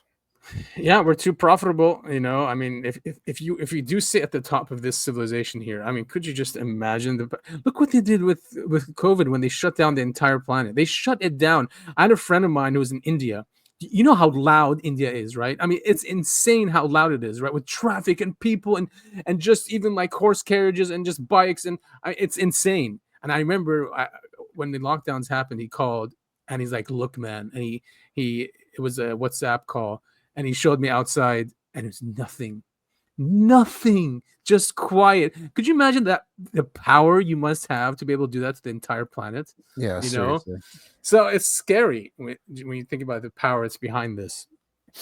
And it's even worse than that. Like, remember, like Trump and Patel. We're going to release the Epstein files. We're going to do all this. Yeah. They don't. Of course, they don't do any of that. Now Patel's coming out and saying, "Oh, we've got video proof Epstein killed himself." And it's Bongino too. Yeah. And it's just like, come on, man. Like, what are you guys doing? What are you guys doing? Like, what happens to them when they get into that position? They look scared anyway in that interview. They look like they were taken hostage. Yeah. The power behind the deep state is just probably awe-inspiring. It's just, it's unreal. I mean, God, they must. There's that really funny. I can't remember the comedian. He died. He was who I'm talking about, but he's got this really good bit where they pull Bill Clinton back and they show the JFK assassination from another angle, and they say, if you don't do what we say, that's going to be the next you. And he just goes, oh, okay, all right, what do you want me to do? Yeah, Trevor. No. No, he was Not that guy. I think his name was Bill Hicks. Yes. Bill Hicks. Yeah, he was awesome, man. Yeah, Bill Hicks was great. All the good ones are taken early. Yeah, they always are. I got some other stuff from the sphere. So here, this is in Spanish. Science evidence. Oh, tell me if anyone in the workshop is capable of adding nanotechnology to metal. Oh, because someone was saying that it's human made. But yeah, there's like nano fibers in here as well. I mean, it could be something when the contractor's made and lost. I mean, it's not crazy. I mean, either way, it's super cool. Yeah, it is. If it's alien made or human made, I still think it's really cool. Well, now there's other spheres that they videotaped. So here's another one. Look at that. I didn't know that. I think this was yesterday. Oh, 7th of May, 2025. There it is. Is this something the cartel has? I mean, if I had cartel money, I would, at least spend 10% of that profit into something like this. Why not? You can get drugs anywhere. Yeah, but I mean, like, here is your code. It's not. It's not just about spending money. It's about knowing where to spend it and having the technology and stuff. Yeah. Man, that's crazy. Wow, Isn't look it? at that thing go. I mean, so bizarre. It really is. What people are saying about that Buga sphere is that yes, the video was real, but that they never actually captured it, and then this captured one is a hoax. I mean, it is imperfect, to be honest. The designs on it and the yes. So it kind of kills it for me. Because I mean, yeah, I think it could be a hoax, but man, is it a fun hoax? It definitely is. So what is this thing? Look at that. I want one of those. Is it a toy? We don't have. I mean, as far as I know, we don't have drones that are perfect spheres with no means of propulsion. No. Well, not that size. There are some, but they look like glass. They're clear.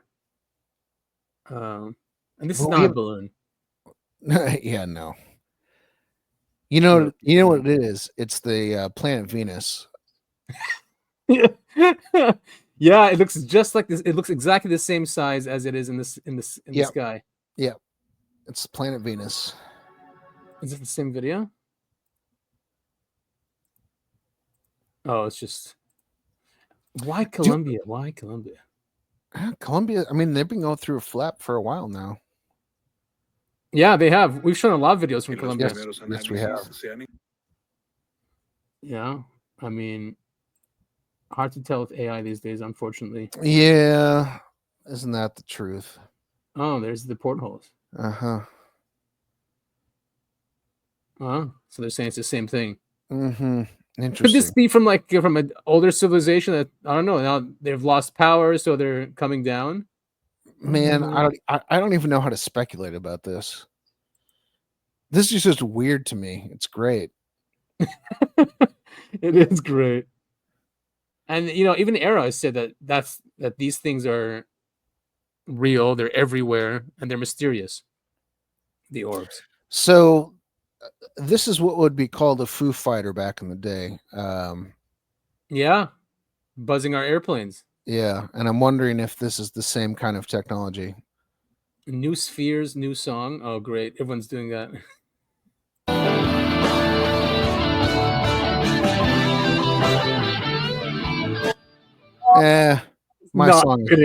My new song is better.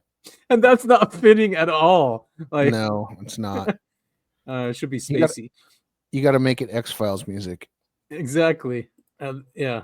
So, and also it's crop circle season. Oh, nice. Yeah. Look at that. Isn't that pretty? A couple pretty? have showed up. It is very pretty. So it's showing that something about it's called an Irish lock, or I might be saying that wrong, or a Celtic lock.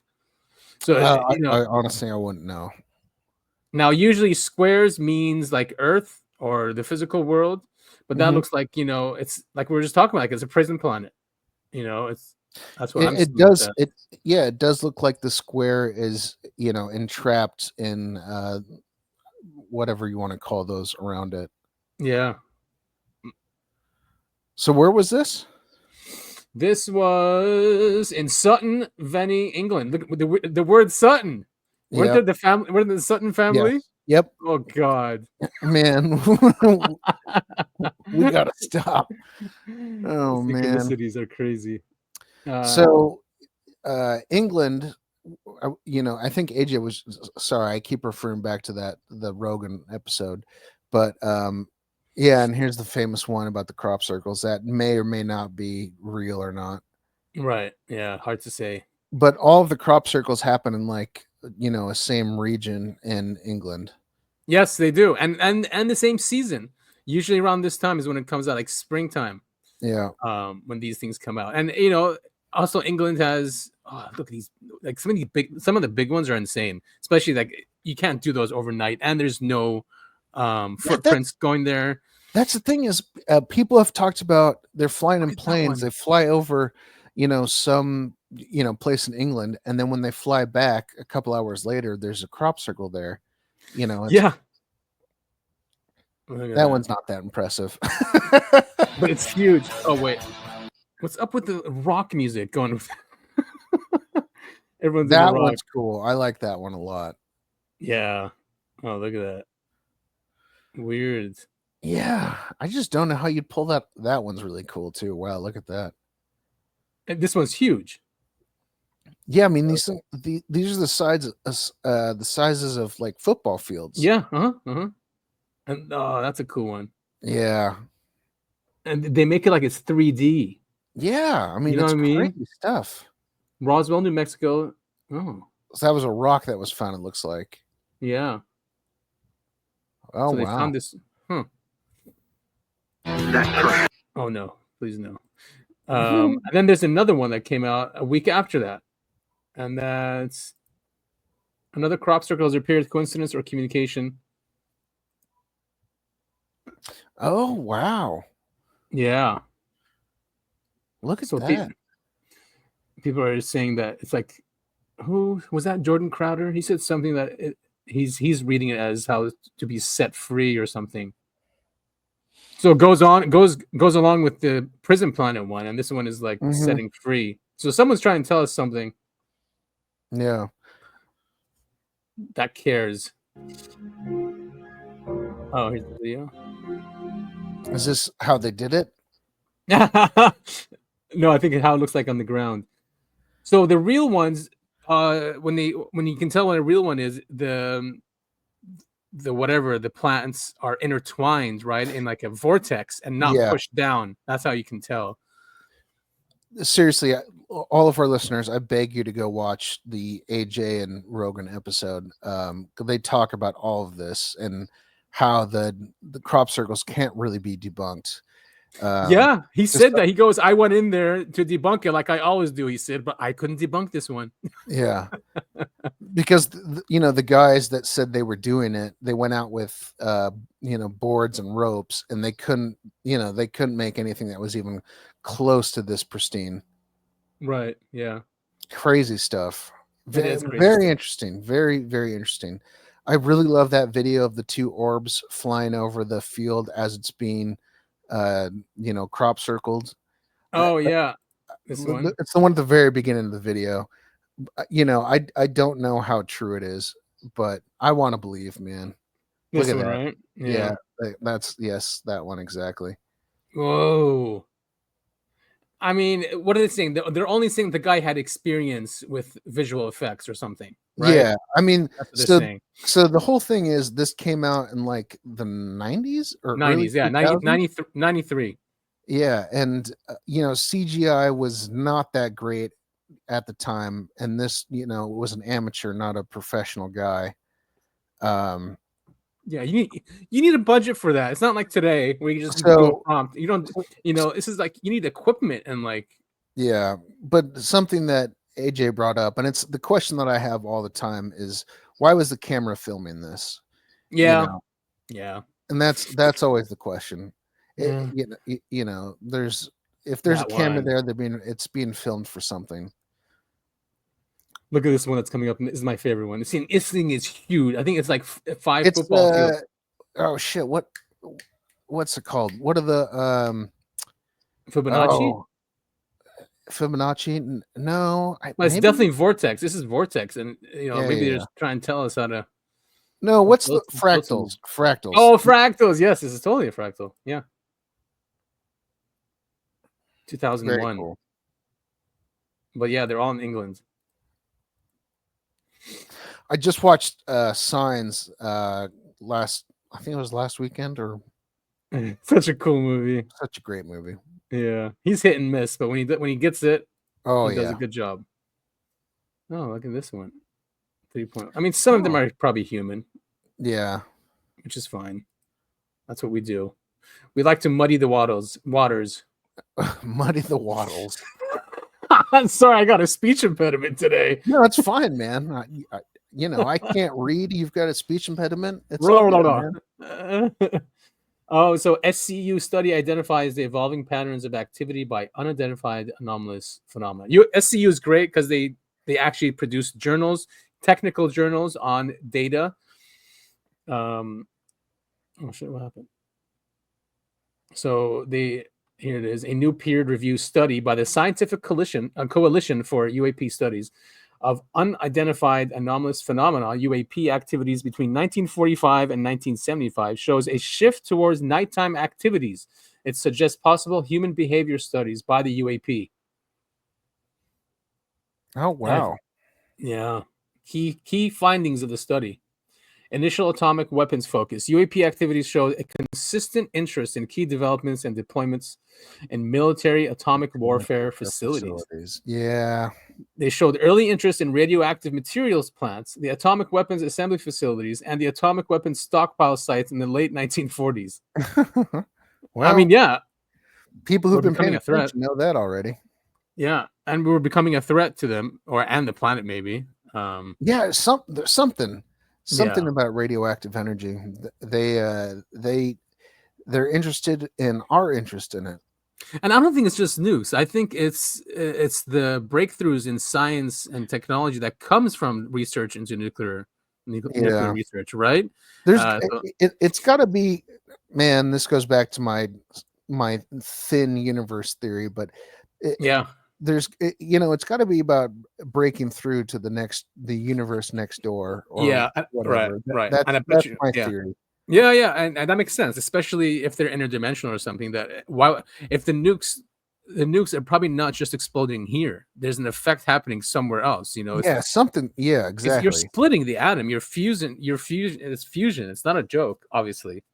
So yeah, some other rippling happens somewhere else, and they're like, "Wait a minute, what's going on here?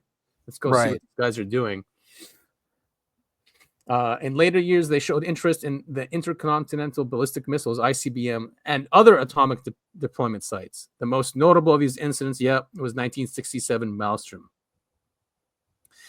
Transition activities, early UAP activities, 1944 to 64, were characterized by high visibility and potential inferential messaging via their actions rather than through communication, with some limited contact efforts in the late 1950s, followed by a significant shift to nighttime activities involving possible human behavioral studies by the 1970s. Wow. So they went dark, probably because we were shooting at them. Yeah. And taking their colleagues and operating on them. Oh boy. Recognition and contact during the earliest period. Those poor EBEs. I know, yeah. UAP activities were overt and often involved display type activities with close approaches involving radical flight characteristics and interactive flight. Following this period, display type activities started to decrease. However, the authors identified a limited number of electronic transmissions by UAP, particularly in 1957. With identification friend or foe, IFF coded transmission by UAP, suggesting limited communication efforts. So that's crazy. So they actually knew that signal and started emitting it. Yeah, once it started getting tagged. Whoa. Wow. behavioral studies, later years saw a shift in UAP activities towards longer observations by witnesses, close UAP approaches to small groups of observers, and UAP actions that could be interpreted as basic human behavioral studies rather than contact efforts. UAP activity progression. UAP activities became more clandestine over time with an increasingly negative perception by witnesses of their behavior. Intentions study team member Ian Porritt notes that pattern analysis provides valuable insights into the behavior of UAPs. Quote, based on identification and recognition activities, which could be considered inferential messaging, and the incidents involving IFF signals where UAP responded with coded responses, co-author Ian M. Porritt said, this early period could be considered part of an initial contact protocol. Man, and what did we do? Just we kept shooting them down. Yeah, I guess so. When you have a hammer, everything looks like a nail, right? Especially to the military. It's all a threat. Exactly. Yeah. It's always a threat. Very cool, man. We need more of these. So the study, we'll link the study as well. It's here. That's in the journal. And you can download the entire paper, read it, understand the science behind it all. We're not going to go through that now, but very cool. This is what's needed. Cool. Very cool. Cool. They're a scientific coalition for UAP studies. So if you are a scientist and you want to study this stuff, get in touch with them. Definitely. Red Panda Koala. Well, actually, this is Stephen Greer's new documentary. You've watched The Missing Century, or wait, is that what it's called? The Lost Century. Have you watched that one? I don't know. I don't think I have. It is seriously one of the best ones out there. It's Stephen Greer, but still, it's not just him. Yeah. He has a lot of guests on there, but it is one of my favorite ones. Well, he's had other ones that are okay, but seriously, the Lost Century. Lost Century, definitely watch it. All right, yeah. I mean, I've got my issues with Stephen Greer, but I'll definitely check it out. Yeah, me too. So here's a new one. You're either on the side of the law or you're not. The only way you're going to get to it is somebody at that executive level that says enough is enough. Cut the money off. Bring these people in. Let's go. This is not to be talked about any further. And if you do, something can happen. All we need is one to be accurate. And this whole concept of UFO crash retrieval non-existing completely falls apart. Everybody wants to be in there. Can you give any kind of sneak peek of what that's like? That organization has had the ability since the 60s to hit a button and simulate an alien attack on the planet using these technologies. Serious questions that I've made a growing number of drone sightings.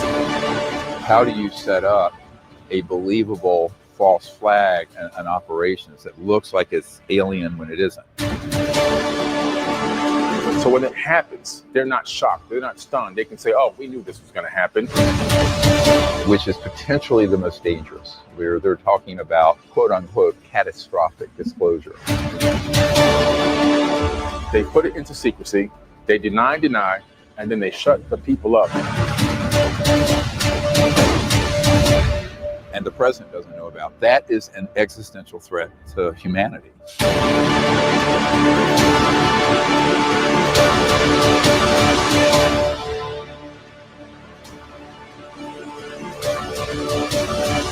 Good title, huh? Asymmetric disclosure. Yeah, I like that. Pretty clever.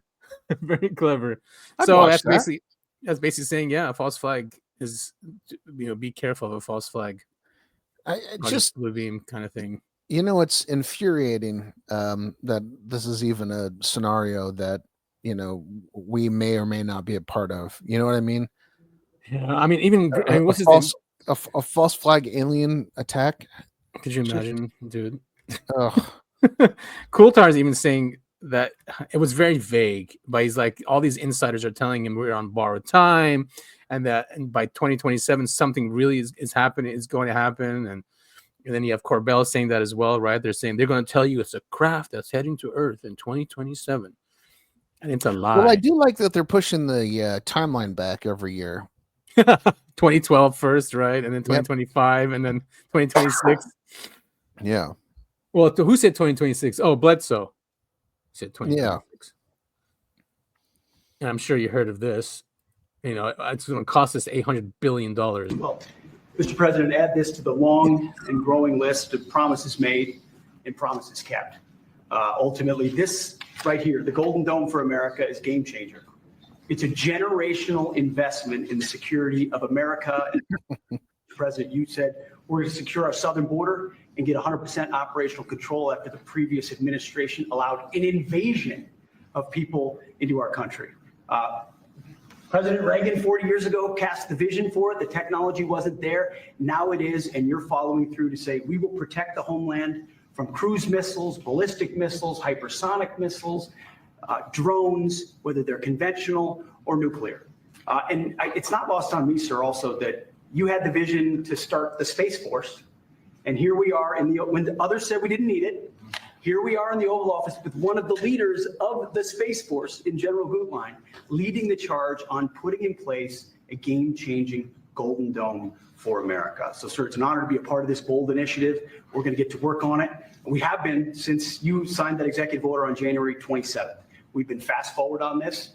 We're here on this day, and this is just one stop in delivering this defense of the homeland, which is something you've charged us with doing. They're enforcing the prison planet. You know what I mean? Yeah. Now, if you ever figure out how to get off here, they're going to shoot you down. What's the one in Israel called? The Iron Dome? Isn't that what they call it? Right. And of course, golden because it's Trump. Yeah. Jesus. This is the Fox News administration. Yeah. They keep hiring them. When was the last time a cruise missile was launched in the United States? So yeah, like you were saying, the MH370 thing is back, right? Again. Oh yeah, it's all over Reddit. I can't stop seeing posts about it.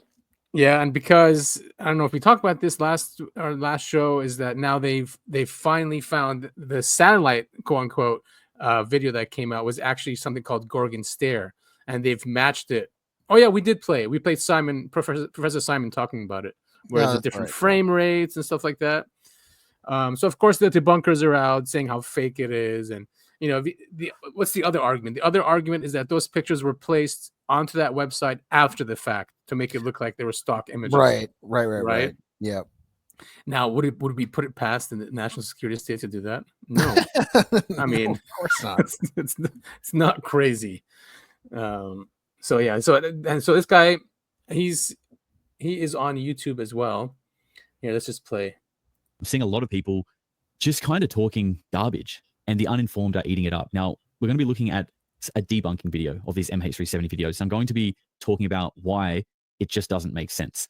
But I think it's important to understand that, yes, I'm approaching this from an artist's perspective, because I think that's important, because once you don't need to be a good artist to understand that the way these people are trying to debunk these videos makes zero sense. All you need to understand is workflow and the way people do things. And I can explain that to you, and that's what we're going to do. And you'll understand just why the reasons in these videos, they just make no sense. And to someone who actually is informed, it kind of reeks of someone like desperately trying to, either someone who's uninformed or someone who's just desperately trying to make an excuse for something.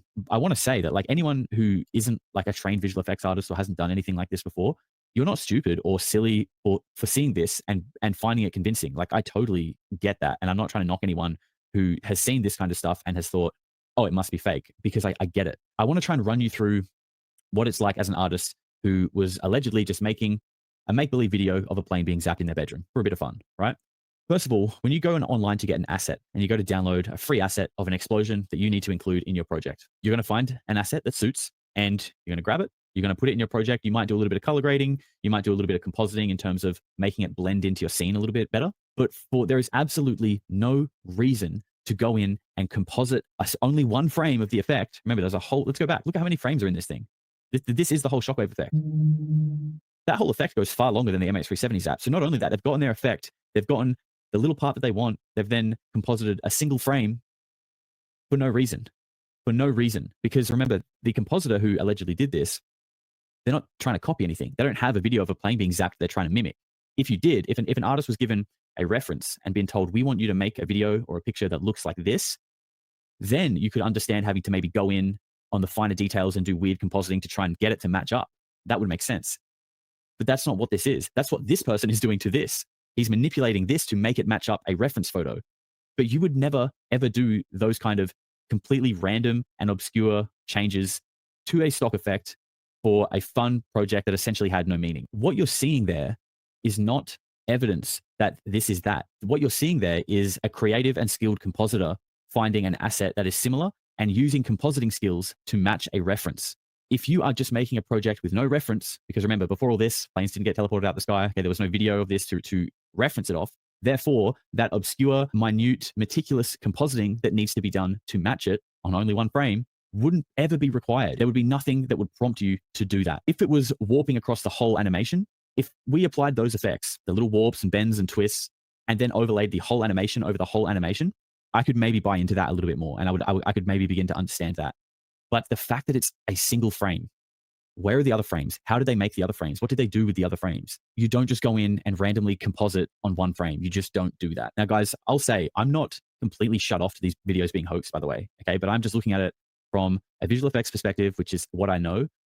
And I think anyone who's kind of worth their weight in visual effects would agree with me and would understand that just because you can composite something to look like something doesn't mean it's fake. I'm not afraid to admit that I believe that these are real videos. And I think what we see in these videos is extremely hard to digest. It's extremely hard to wrap your head around. I get that, especially if you're not involved in like the UFO space. But if you are involved, and strangely enough, there are people who are involved in the UFO space and still just vehemently deny these videos. First of all, I understand what we're seeing is tough to digest, especially if you are to completely follow the line of thinking and research of Ashton Forbes, and that this is an American military operation, which just adds a whole other layer of conspiracy and craziness to it. I'm not against that idea, by the way. I maybe feel like it could be something different, but I'm not sure at the end of the day.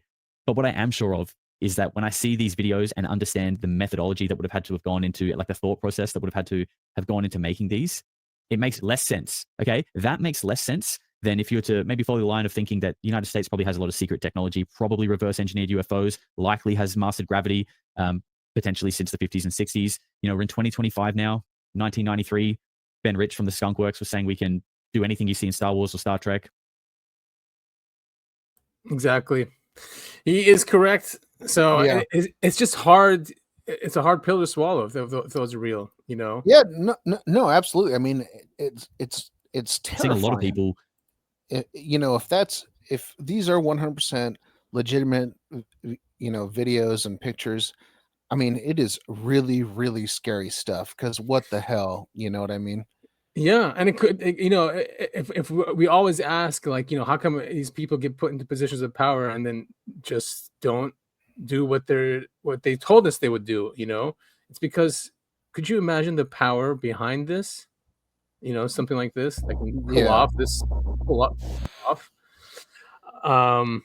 See, that's the thing. Yeah, this is showing the clouds from the stock image, but they're saying that there's no evidence that these images were up before the videos, is the claim, and that they checked the Tor, they checked the files on the Wayback Machine, and then I think this guy Jonas, or one of the guys that came out, that said that he did the videos. He got caught sending these messages to Texture.com saying, "Could you send me an email that I bought those? I swear that I bought those images, and I'll just change the date. They'll fall for it." They came out and showed those messages. So there's something going on here, man. The more effort that has been put into this to debunk it, the more I think this is real. Yeah, like they attacked. Who they attacked recently? Was it? I think Tim Pool had Ashton Forbes on, and they just went nuts on him. The UFO community, or the debunkers. Like, why do they care? Like, why do you care? Because they're paid to care by the CIA. Something, yes. So anyway, it's a cool case. We're always watching it. Obviously, we can't be 100% sure, but all right. So let's assume these videos are 100% real. What do you think happened to those people on that plane? I mean, say they zapped him to, I don't know, Garcia. What is it called? The Garcia Air Base, because that's what you what think. they're supposed to. Do you think they were zapped to another place on Earth? Yeah, to a base. Huh. Because they said, what is it called? Garcia. It's a famous base in an island near in the Indian Ocean. Not Richard Garcia. Come on. Anyway, it's a huge base, and that's what they're saying it got teleported to. Now, what do you do with the passengers? You know, Yeah, exactly. That's what I'm saying. That's what I'm asking. you pay them off and say, listen, you got to live another life, and we'll change your name and all that stuff. I don't think it's that friendly. Yeah, I think they'll just. I mean, because the problem is also there was those 10 scientists, right? They were working in a very highly advanced semiconductor company for the U.S. and they were going to China, and apparently we showed China you can't have those scientists, and we took them away, something like that. So this was like a show of force to China. Yeah, like don't you think of taking our technology? Right. So what I'm saying is, I don't think killed them. You think they just. Yeah, I don't think they got any money. I think they got a bullet in the head and buried in the ground, Just buried in a zapped hole. them. Yeah, I mean, actually, that zap actually looks like a when electricity diffuses. Yeah, it does. Yeah, Just, yeah. Well, anyway, we'll keep watching it. I think with this Gorgon Stare thing, it looks so like it is Gorgon Stare, and just the contractor that got caught, I think Sierra Nevada, they're called, corporation. Mm-hmm. They took down the page that talks about Gorgon Stare after this came out. They changed their phone number. But big people in the UFO community are saying this is a hoax. Like Richard Grinnell, Ross Coulthard, for example, like all of them, they're saying it's fake. Yeah, man, I'm torn on this one. My head goes both ways. It's one of those things where I go, I want to believe, and it's weird enough that, of course, I love it. Like I said earlier, the fact that so many people come out and just they're angry about debunking it makes me think it's real. But at the same time, it is truly so bizarre and out there that I just don't know. Yeah, what's the latest going on with Ashton? I think he was. Yeah, here they are. But this is the one that's from the drone, and they're saying that the new Gorgon Stare has these capabilities of looking like that. So how did the hoaxer know all this? That's what drives me crazy. Well, the thing that you were just talking about with the guy, emailing the company asking to buy the images. Yes. I mean, all of that, like, if this was fake, you wouldn't need all of that. You know what I mean? No, you wouldn't. Just to go through all that effort is insane. Like, if it's not real, who cares then, dude? Like, why do you care that Ashton is getting all this attention? Yeah, exactly. Just move on. Do something else. The coolest footage ever. It is, dude. It's so cool. And then boop, gone. So just bizarre. See, you said that they went to Garcia Base or whatever the hell it's called. Yeah. Get annihilated in the Diego Garcia. Yeah. Okay. What if they? My thinking is a different planet, or a different reality completely. I mean, it's happened in the past, right? Where planes and ships. I mean, we haven't videotaped it, but I mean, like the Bermuda Triangle and like things just disappear. People just disappear. Yeah. Although she was probably captured by the Japanese. We could do a whole episode on that. I think I watched something on that. Yeah, was it on some island? No. Yeah. I'm not. Yeah. Yeah, it was. I actually, man, I keep bringing him up. AJ, we need to start hanging out in real life because I reference you all the time, my friend.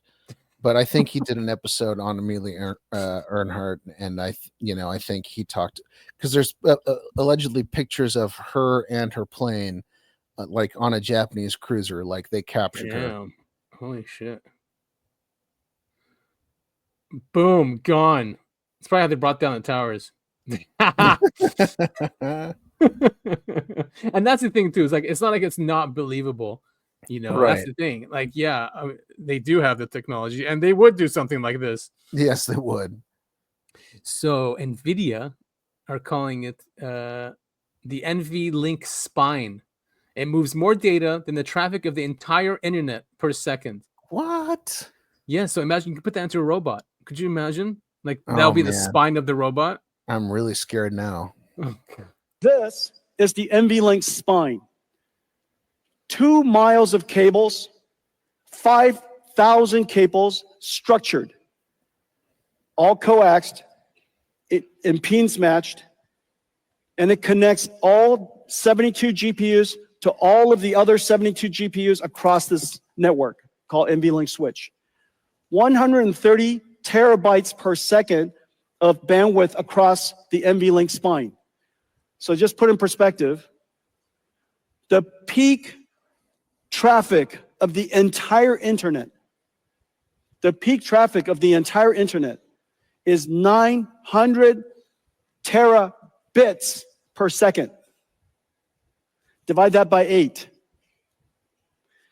This moves more traffic than the entire internet.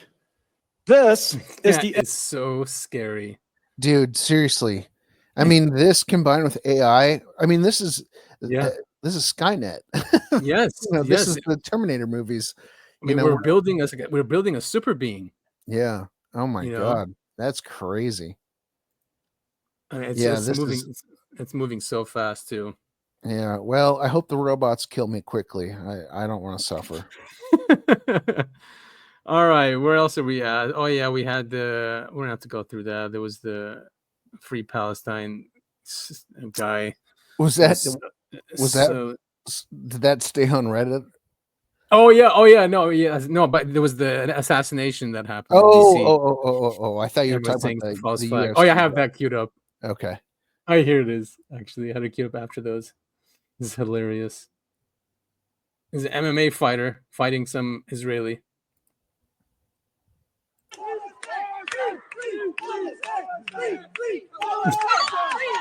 Just beat the shit out of him.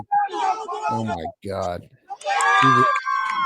He really kicked his ass. Man, the tides are changing, which is weird. I mean, even someone like Piers Morgan and even countries now like England and France are saying, enough. What are you guys doing? Like, it's disgusting. Oh, and Ireland, they're a huge supporter of Palestine. Hey, you say Ireland. This guy's Irish. He's hilarious. This is great what he says in this rant. You're being psychic today. Listen up now for the very last time and listen carefully. We don't hate you because you're Jewish, you ignorant, duplicitous, genocidal scumbags. Sure, amazing Jewish people are at the forefront of the pro-Palestine marches and movements all over the West. They're the very best of us. We hate you because you murder children with sniper fire. You allow babies to die and rot in their incubators. You burn people alive in their tents. You're attempting to starve a civilian population to death, and you will only allow a trickle of aid in to appease your low-life allies in Europe and America. That's why we hate you. And anti-Semitism. You're the most anti-Semitic people in the world. You label people who ask you to stop murdering children as anti-Semitic, as if murdering children was a core principle of Judaism. You thick fucks, and your day is coming. Judgment Day is coming for you. Even your pathetic, spineless allies in the States and in the so-called UK and France and Canada, they see what way the wind is blowing. Even Piers Morgan, the rat's rat, is jumping ship. So I can't wait to see you all face justice. Wow. Fuck yeah, dude. Fuck yeah. I mean, it's so disgusting. It really is. And just, it's depressing, you know.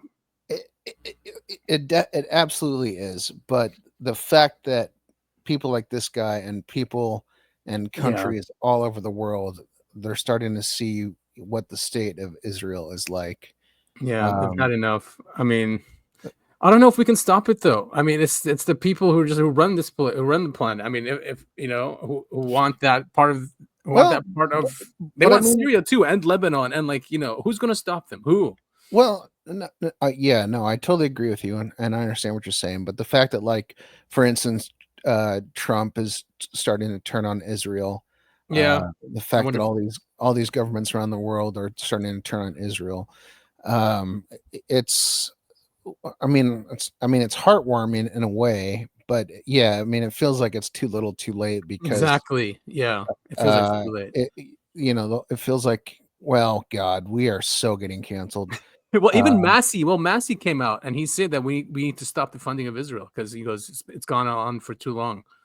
Well, yeah, but they want him out, obviously. Yeah, they hate Massey.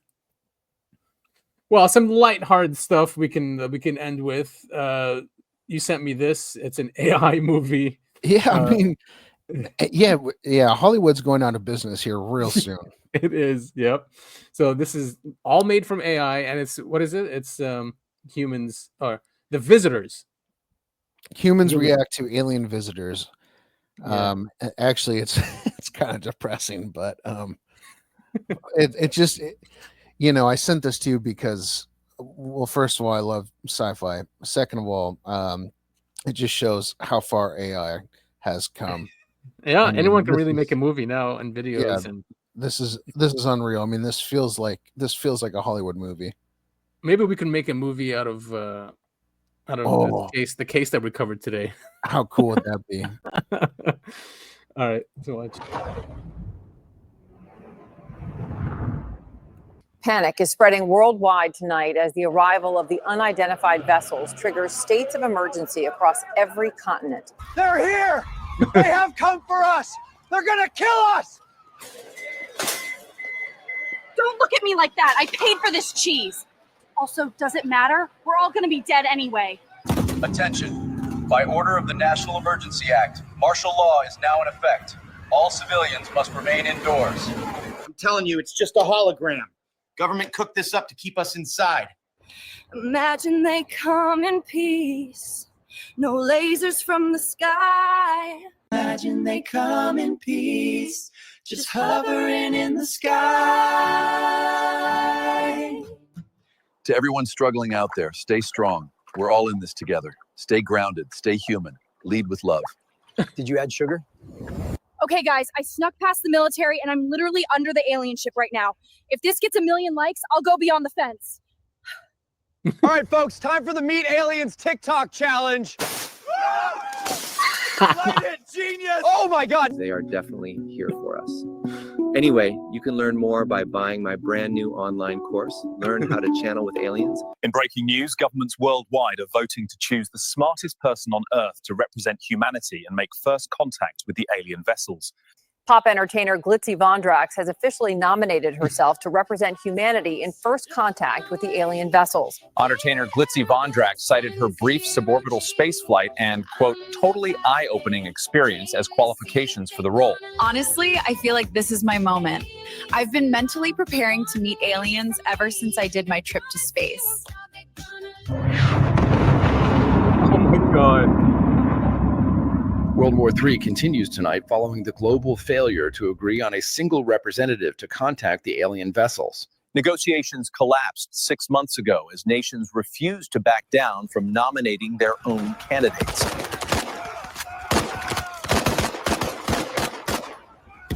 think they're leaving. Are you serious? That can't be.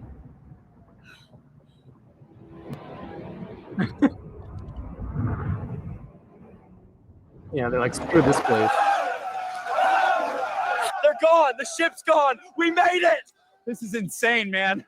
I don't even know what we're celebrating, but we're still here. So yeah, the aliens waited 6 months for us to pick the smartest person on Earth. Honestly, I don't blame the aliens for leaving, because if I saw Earth trying to agree on anything, I'd leave too. Wow. Oh, Hasha, I think he used to do he was doing like animated videos for a long time on Facebook. Oh, really? I didn't know that. Yeah, he's good. Yeah. Very But cool. yeah, I think that's a very unfortunate, accurate depiction of what would happen if a giant UFO like that showed up over the planet. So depressing. Well, Really Tupa depressing, yeah. Tupa did another funny one. Oh, good. Yeah, Chupacabra, man, he's the best. That he's so video, talented. that video that you sent me a couple weeks ago, I still Yeah. listen to that. It's so good. What, the legs one? No, We're no, making, no. We're making egg. The whistleblowers. No. The one that sounds like The Weeknd. Yes, yeah, that one. Exactly. Yeah, that's a great video too. He's Oh, talented, it's so dude. good. So He's good. talented. So this one's funny. Imagine a world where you can be naive again. A world where music sets the pace for what you believe. experience, Oh. pure disclosure. The perfect soundtrack for your way of life. Direct from Europe, this multi-platinum collection has won the hearts of thousands. Set adrift with the timeless pleasures of Cry of the Cow. If you're burnt out on promises, just put on Hathor, Get Out of My Room.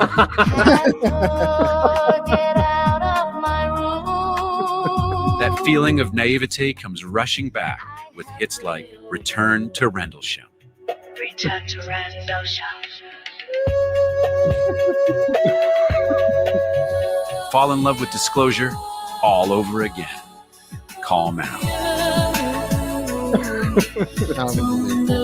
Brilliant Now, work. do you remember dude. those commercials? Yeah, totally. They were on all the time. Wow, man, they're always doing spaces. Maybe we should join in there. Yeah, Him and Red are always doing spaces. Red Panda Koala. Yeah, Yeah. we totally should. I feel like all of that is happening while I'm at work, and so I can't. It is participate. actually. Yeah, you're right. I mean, no, they do have ones after maybe like After dark. Yeah, UAPs after dark. Or we can do our own X space. By the way, those attract a lot of people. Well, I wouldn't. I wouldn't say no to that. I'd give it a shot. I just don't know how to do it. I'd have to research that first, so I don't mess it up. Because you have to know how to bring people up and mute and all that stuff. For sure. But yeah, that's what we have for this week. I think. Yeah, this has been another really fun episode of the Uncovering Anomalies podcast. Absolutely, we're at episode 120. 120. We're getting up there. I know. That being said, I saw Joe Rogan's on like 5,900 something. 5934, I think, was the AJ episode. That's crazy. Which is just, that's absolute insanity. That's he's one of the oldest ones out there, right? One of the first podcasts. Yeah, I mean, and he kind of made it. He kind of made it the big thing, He almost created this space. I mean, lots of people say Adam Curry and those guys created the podcast, but he took it to another level. Rogan. Sure. Well, listen, listeners, if you want us to go to all these UFO events, please contribute to the, what's it called? The Uncovering Anomaly podcast? No. Like you always say the thing where you go, support. Yes, click the support link. There, you'll find it under every single episode. Just go there, show us some support. It's name your price. I don't think we have like packages or anything, so it could be anything. And yeah, it'll go right back into the show. Any improvements we can make, any trips we can go on, networking, bringing on other people to interview, which is always fun. Except for when my microphone doesn't work. Oh yeah. But technicalities are just the nature of this. Well, that's the thing, if you want my microphone to work, people, I got to buy a new microphone. So yeah. And if you don't want any technical glitches happening, I need a new computer. The dream is to one day have our own studio where we can go and work, like do the research, work, and record all in one place. Yeah. So and if it's our job, we'll show our faces so we don't have to risk being, canceled or fired. Yeah, exactly. Yeah. So you'll get to see our mugs. Oh, you guys don't want that. Everyone would love to, I'm sure. Who's doing video now? What's his name? Just announced it. Higher Side Chats. He was purely audio, and now he's doing audio and video. Is it he really? Just did Wow. that. Nice. Yeah. There's another guy. His name Infinite Plane. It's a crazy show, totally out there. But he was always anonymous, and now he's showing his picture or his video. His face. His face. Yeah. Well, cool. You guys can find us on all the social media sites. Just kidding. Yeah. Well, not the social media. Yeah, but we're on all the podcasting platforms, all the video platforms. Just search for Uncovering Anomalies Podcast. Apparently we're hard to find. Yeah, I think if you spell it out, you can find us. If you put UAP podcast, then it's harder to find. Especially if you on spell YouTube. it out. Yeah, if you spell it out, you can find it. if it's just UAP podcast, everyone shows up. I mean, all the big shows. So we'll be buried under there. Although we do show up, it's just we'll be buried. Yeah. Yeah, but we're on Rumble, BitChute, Odyssey, all those censorship-free platforms. And yeah, there's a support link at the end of every and in the show notes. And also, we are on X at UAP the podcast. I'm at Breakaway Civil, and Topher is at Topher et al. I'm visit us over on X, follow us, give us a shout out, let us know how we're doing. Yeah, anything please you want us do. to cover. We do listen to feedback, so we absolutely do. Be shy. Thank you all so much for listening. Like Adam was saying, that is I Have a Need to Know Adam. I am Topher.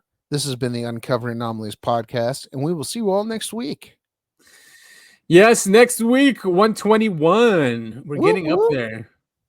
A message in the static, a shadow in the dark, a light against the stars, a podcast from afar. It's Adam and Topher. We come in peace. Our hunt for the truth will never cease. It's the Uncovering Anomalies podcast, where the truth is told until the last. Listen to our words and hear our voices. We can't save you, but present your choices.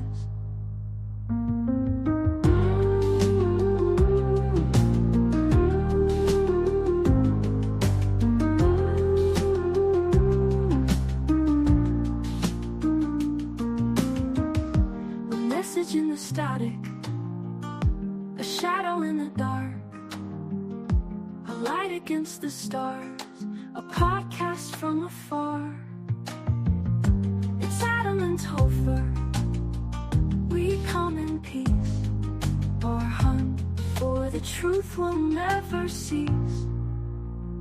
It's the Uncovering Anomalies podcast, where the truth is told until the last.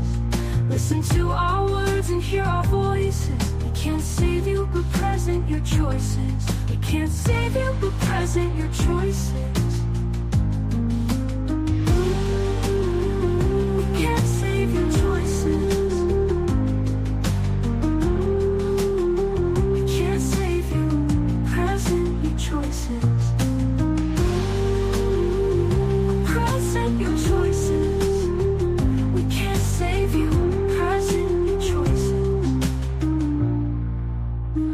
We can't save you, but present your choices.